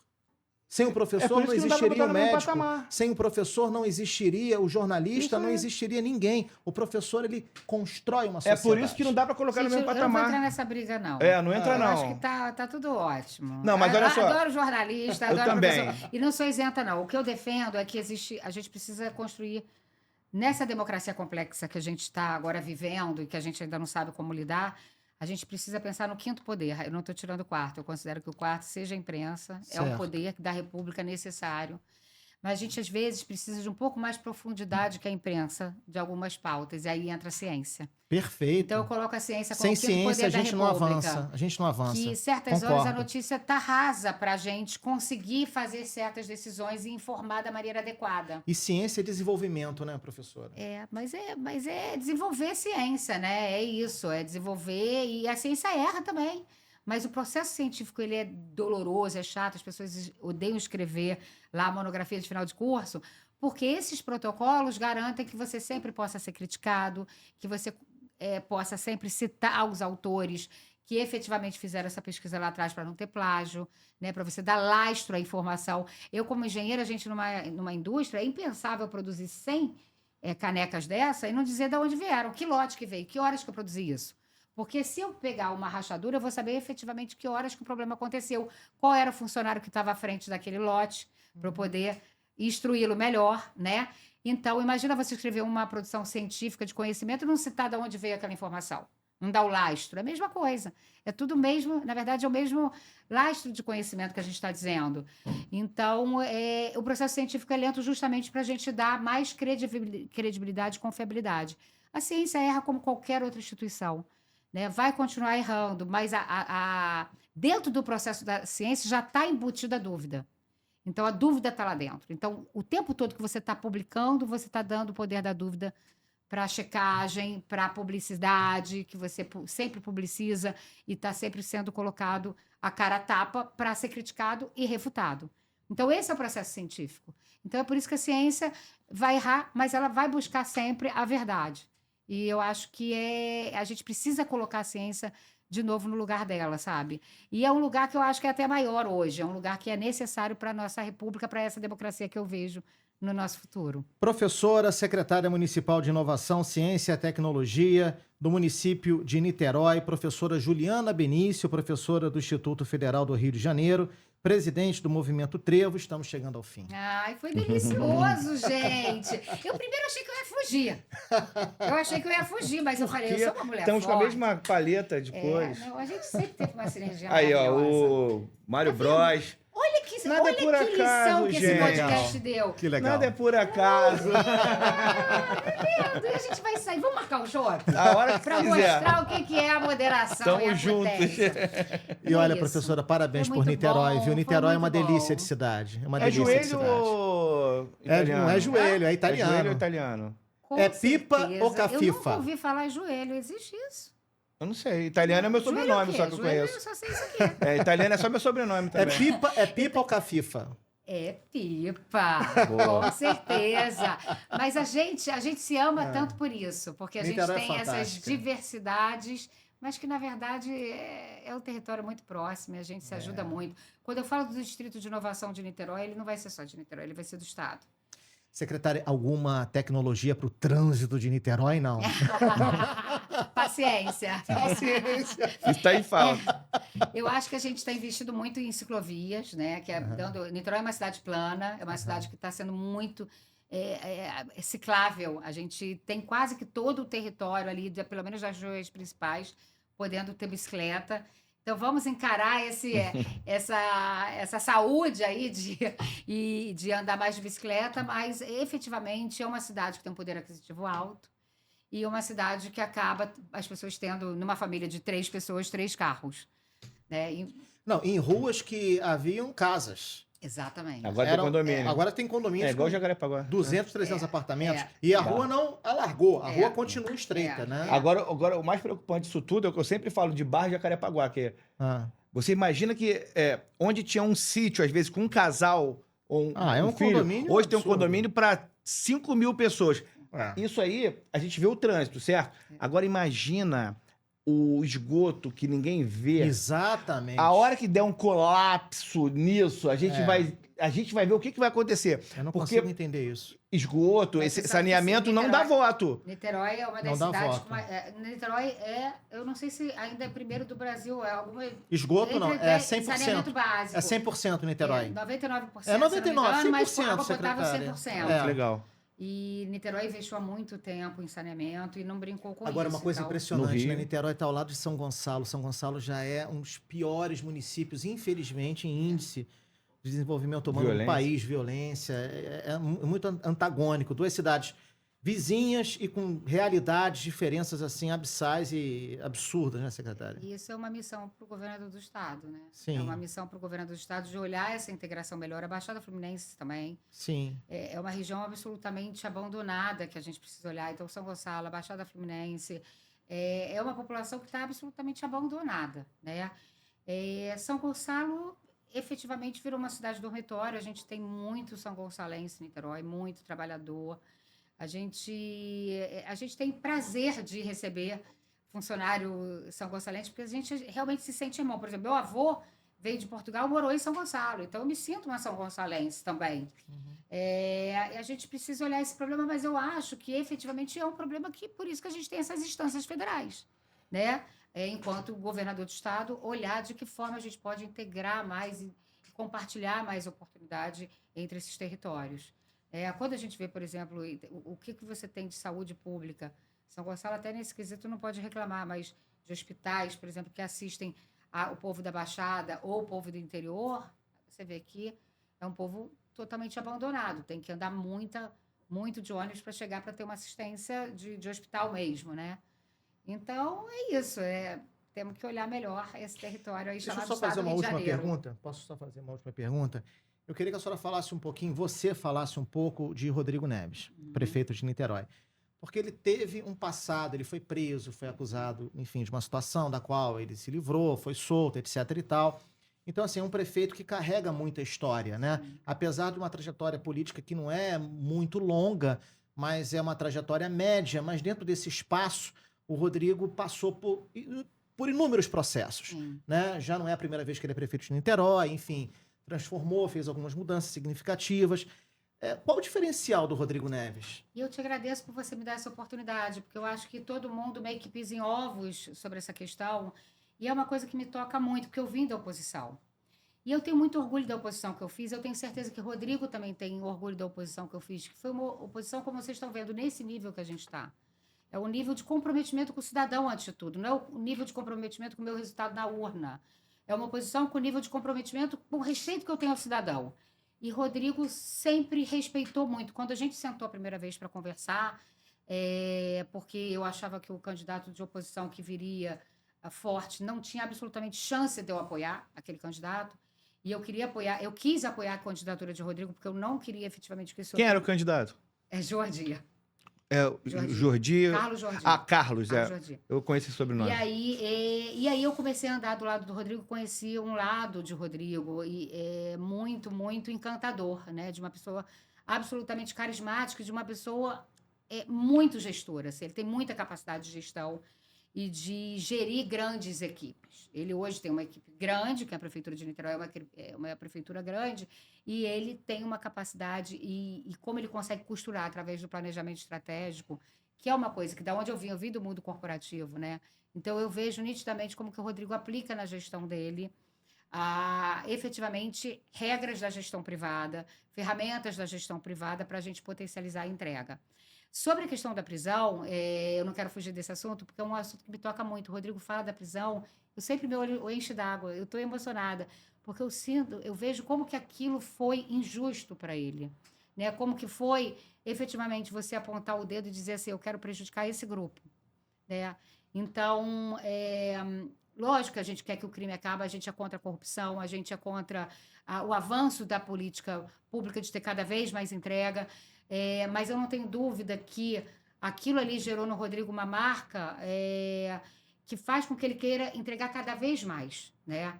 Então, assim, eu hoje tenho muito orgulho de andar do lado de Rodrigo, de estar dentro desse grupo, de ajudar a construir essa cidade, como que a gente está fazendo, é uma cidade que está extraordinária, E isso é fruto, lógico, de muita genialidade de Rodrigo na condução dessa liderança. Me permita só, muito rapidamente, para Lógico. que a nossa audiência possa ter esse referencial do que a senhora está dizendo, do que você está dizendo aqui. Rodrigo Neves foi acusado de fraude em licitações. Em dezembro de 2020, o Ministério Público Federal denunciou Rodrigo Neves e outras 8 pessoas que foram acusadas de envolvimento em um esquema de corrupção que incluía fraudes em contratos públicos e licitações durante seu mandato. E eu lembro perfeitamente que quando ele foi solto, eu estive na casa dele com os filhos dele, eu estava pelo SBT e ele chorava copiosamente. Muito emocionado, muito constrangido, até, de certa forma, até envergonhado, né? E muito ferido pelo que aconteceu também com ele dentro da prisão, né? As memórias do cárcere, as memórias da convivência daquelas acusações, enfim, desses contratos públicos. Eu acredito que isso tenha marcado muito ele, não? Sim, e a esposa dele também, a Fernanda, nitidamente marcada, mas essa marca, eu acho que todos nós temos muitas cicatrizes. Alguns mais cicatrizes diante da responsabilidade que se assumiu. Rodrigo era uma liderança estadual. A pessoa que acusou ele, que é o Braga Neto, hoje está preso. Então, para você ver como que a gente precisa compreender melhor a profundidade desse sistema para apontar dedos. Eu sempre fiz uma oposição muito deixando, nesse quesito de justiça, deixar com a justiça. Né? A gente precisa melhorar as instituições, trabalhar para que essas instituições melhorem, mas eu não posso olhar um processo hoje de um político ou de um ex-presidente e começar a analisar e dizer, olha, e ser influenciadora e comentadora disso. Eu não tenho... Eu preciso confiar nas instituições. Eu preciso dizer que a decisão judicial foi feita da melhor forma que naquele momento era possível. Mas isso fez o Rodrigo ser um prefeito melhor? Eu acho que hoje... Ou um homem melhor? Eu acho que mais maduro, porque as cicatrizes não trazem maturidade, né? Eu vejo o Rodrigo com muita força. Eu não estava nas outras gestões. Eu vejo sempre... quando eu converso com pessoas que estavam na outra gestão, sempre foi um homem muito forte. Mas hoje eu vejo uma pessoa muito madura mesmo. A própria forma que ele me acolheu dentro do grupo e me deu essa visibilidade, mesmo eu sendo que eu sou uma pessoa difícil, né? Vocês viram aqui, eu não sou uma pessoa fácil. Então, a forma que ele me dá esse protagonismo dentro do grupo é, sem dúvida, uma prova de muita maturidade dele. E qual o objetivo dele agora? Ele, eu acho que é fazer de Niterói a melhor cidade do Brasil. E é por isso que ele me dá tanta corda. Mas é uma parceria política que hoje você tem com ele. Antes de tudo, é uma parceria por Niterói. Né?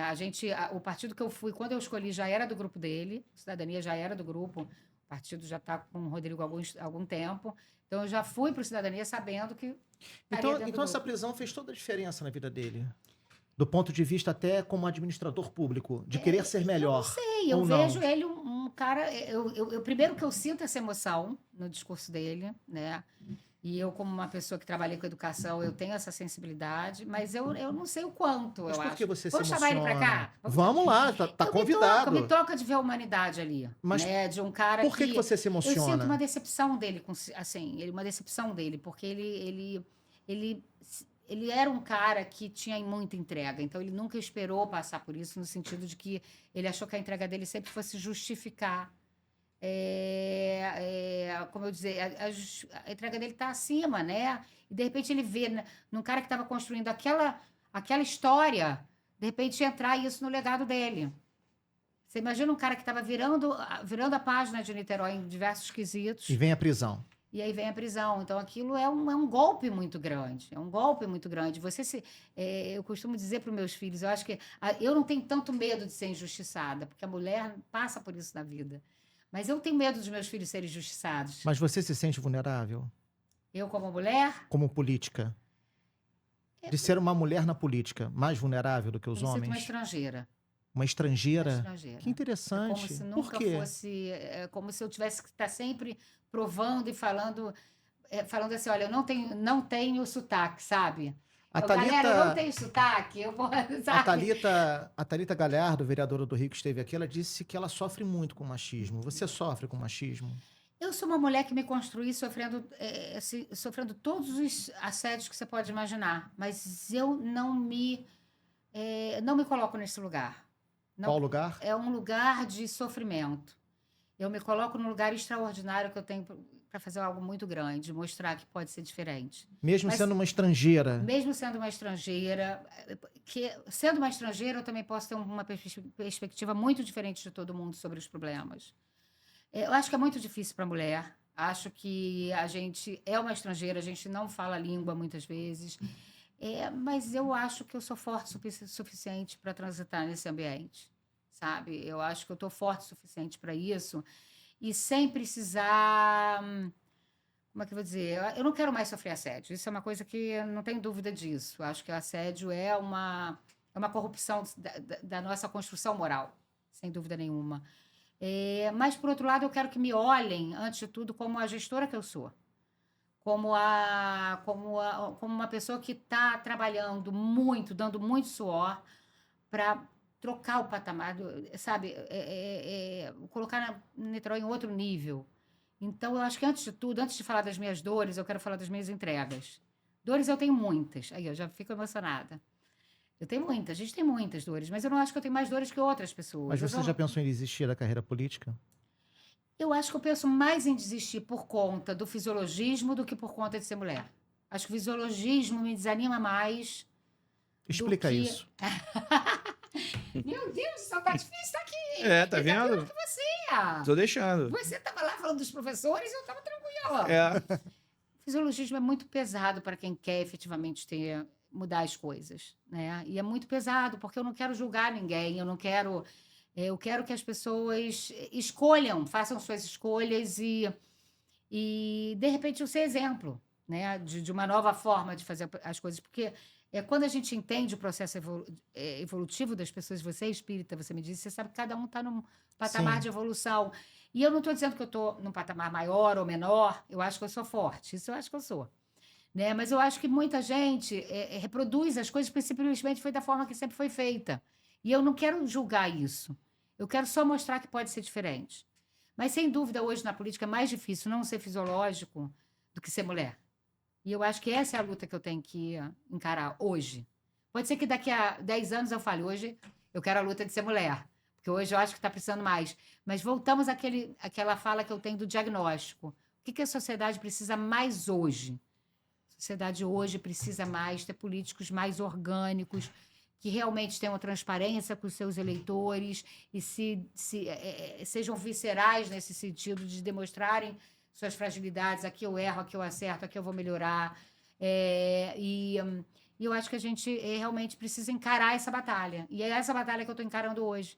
E eu acho que ela é mais difícil. E nessa política, nessa carreira, o que você apagaria da sua memória e permaneceria nela como algo bom? Impossível apagar alguma coisa. Impossível, eu não apago nada. As tristezas também servem para impulsionamento. Eu amo as tristezas, eu amo. Interessante. Às vezes eu pego um problema e falo, cara, ele é meu, manda para mim. Eu realmente Você acho abraça. isso. E quando eu me separo do meu primeiro casamento, eu falo, eu agora só pego o problema que Deus me deu. Porque o problema que eu crio para mim mesmo, eu não quero mais. Quando Deus me dá, eu falo, estou recebendo, é divino. Vem para mim, amor, sabe? E é isso. Eu acho que eu só não queria mais ter uma vida onde os problemas da minha vida privada estavam me consumindo. E eu consegui isso. Hoje e esse rótulo de que o político é ladrão no país? Eu acho que tem muita gente boa, sabe? Eu acho que, como a gente falou desde o início, professor é assim? Não, professor não é assim. Universidade é assim? Não, universidade não é assim. Político não é assim. A gente realmente... E nem jornalista, tá? Não, nem só jornalista que vem de 99%. matéria. Olha, se a gente for olhar para cada ambiente corporativista ali, você tem ali os fardos que a gente precisa evoluir. E o político tem seus fardos, que a gente também precisa evoluir. E são para as pessoas fortes que são capazes de mudar o jogo, de mudar o roteiro das coisas. Eu acho que é isso. Secretária, que prazer. Uma honra muito grande. Bom. Apesar de vocês enfiarem o dedo em todas as feridas do planeta, toda a cicatriz que eu não fechei, ele enfiou. Olha que merece. Mas é isso, a gente está aqui para isso. Obrigada, foi muito bom. Eu queria entender essas lágrimas, nós vamos entender melhor numa outra oportunidade. Obrigado, uma honra muito grande, secretária. Juliana Benício, com a gente aqui no Poder do Rio. Obrigada. Rodrigo Mandarini. Beijo. Isso aí, gente. Prazer recebê-la. Volto a dizer, cuidado com o negócio de Benício, porque tem Benício que não vale nem nada, não vale seu voto, falo mesmo. Então não vote outra Benício, só na nossa Benício aqui. Muito obrigado mais uma vez, um prazer recebê-la, a casa está aberta para divulgar os seus projetos. Quando efetivar a sua candidatura, já está convidada para vir também no Geral Pode, Agora que é o meu falar podcast. disso. Agora eu só posso falar que eu sou pré-candidata. Se por acaso efetivarem a sua, quando efetivarem, aí pode voltar aqui, a casa está aberta. Eu quero o Rodrigo Neves aqui. Eu vou chamar ele. Olha aqui meu olho, ó. Olha aqui, só para dizer se eu gostei. Eu acho que eu acabo aqui com essa imagem. Como que eu gostei, como que eu me entrego, né? Eu sou excelente. Eu sou transparente em todos os sentidos, tanto na gestão como na vida privada. Mas um papo como esse vale a pena, não vale? Muito bom. Quando a gente faz com equilíbrio, com amor, com dedicação, com respeito ao nosso entrevistado, vale muito a pena. Exatamente. Com democracia, com liberdade. Exatamente. Isso que Obrigada faz a por esse diferença. momento. Eu que agradeço. É uma honra muito grande. Obrigado. Obrigado. Juliana Benício, Beijo. professora, secretária municipal de Inovação, Ciência e Tecnologia do município de Niterói, professora do Instituto Federal do Rio de Janeiro. Muita honra. Obrigado pelo carinho, obrigado a você, Beijo. audiência qualitativa que chegou até aqui para acompanhar o episódio número 11 do O Poder do Rio. Até a próxima. Tchau.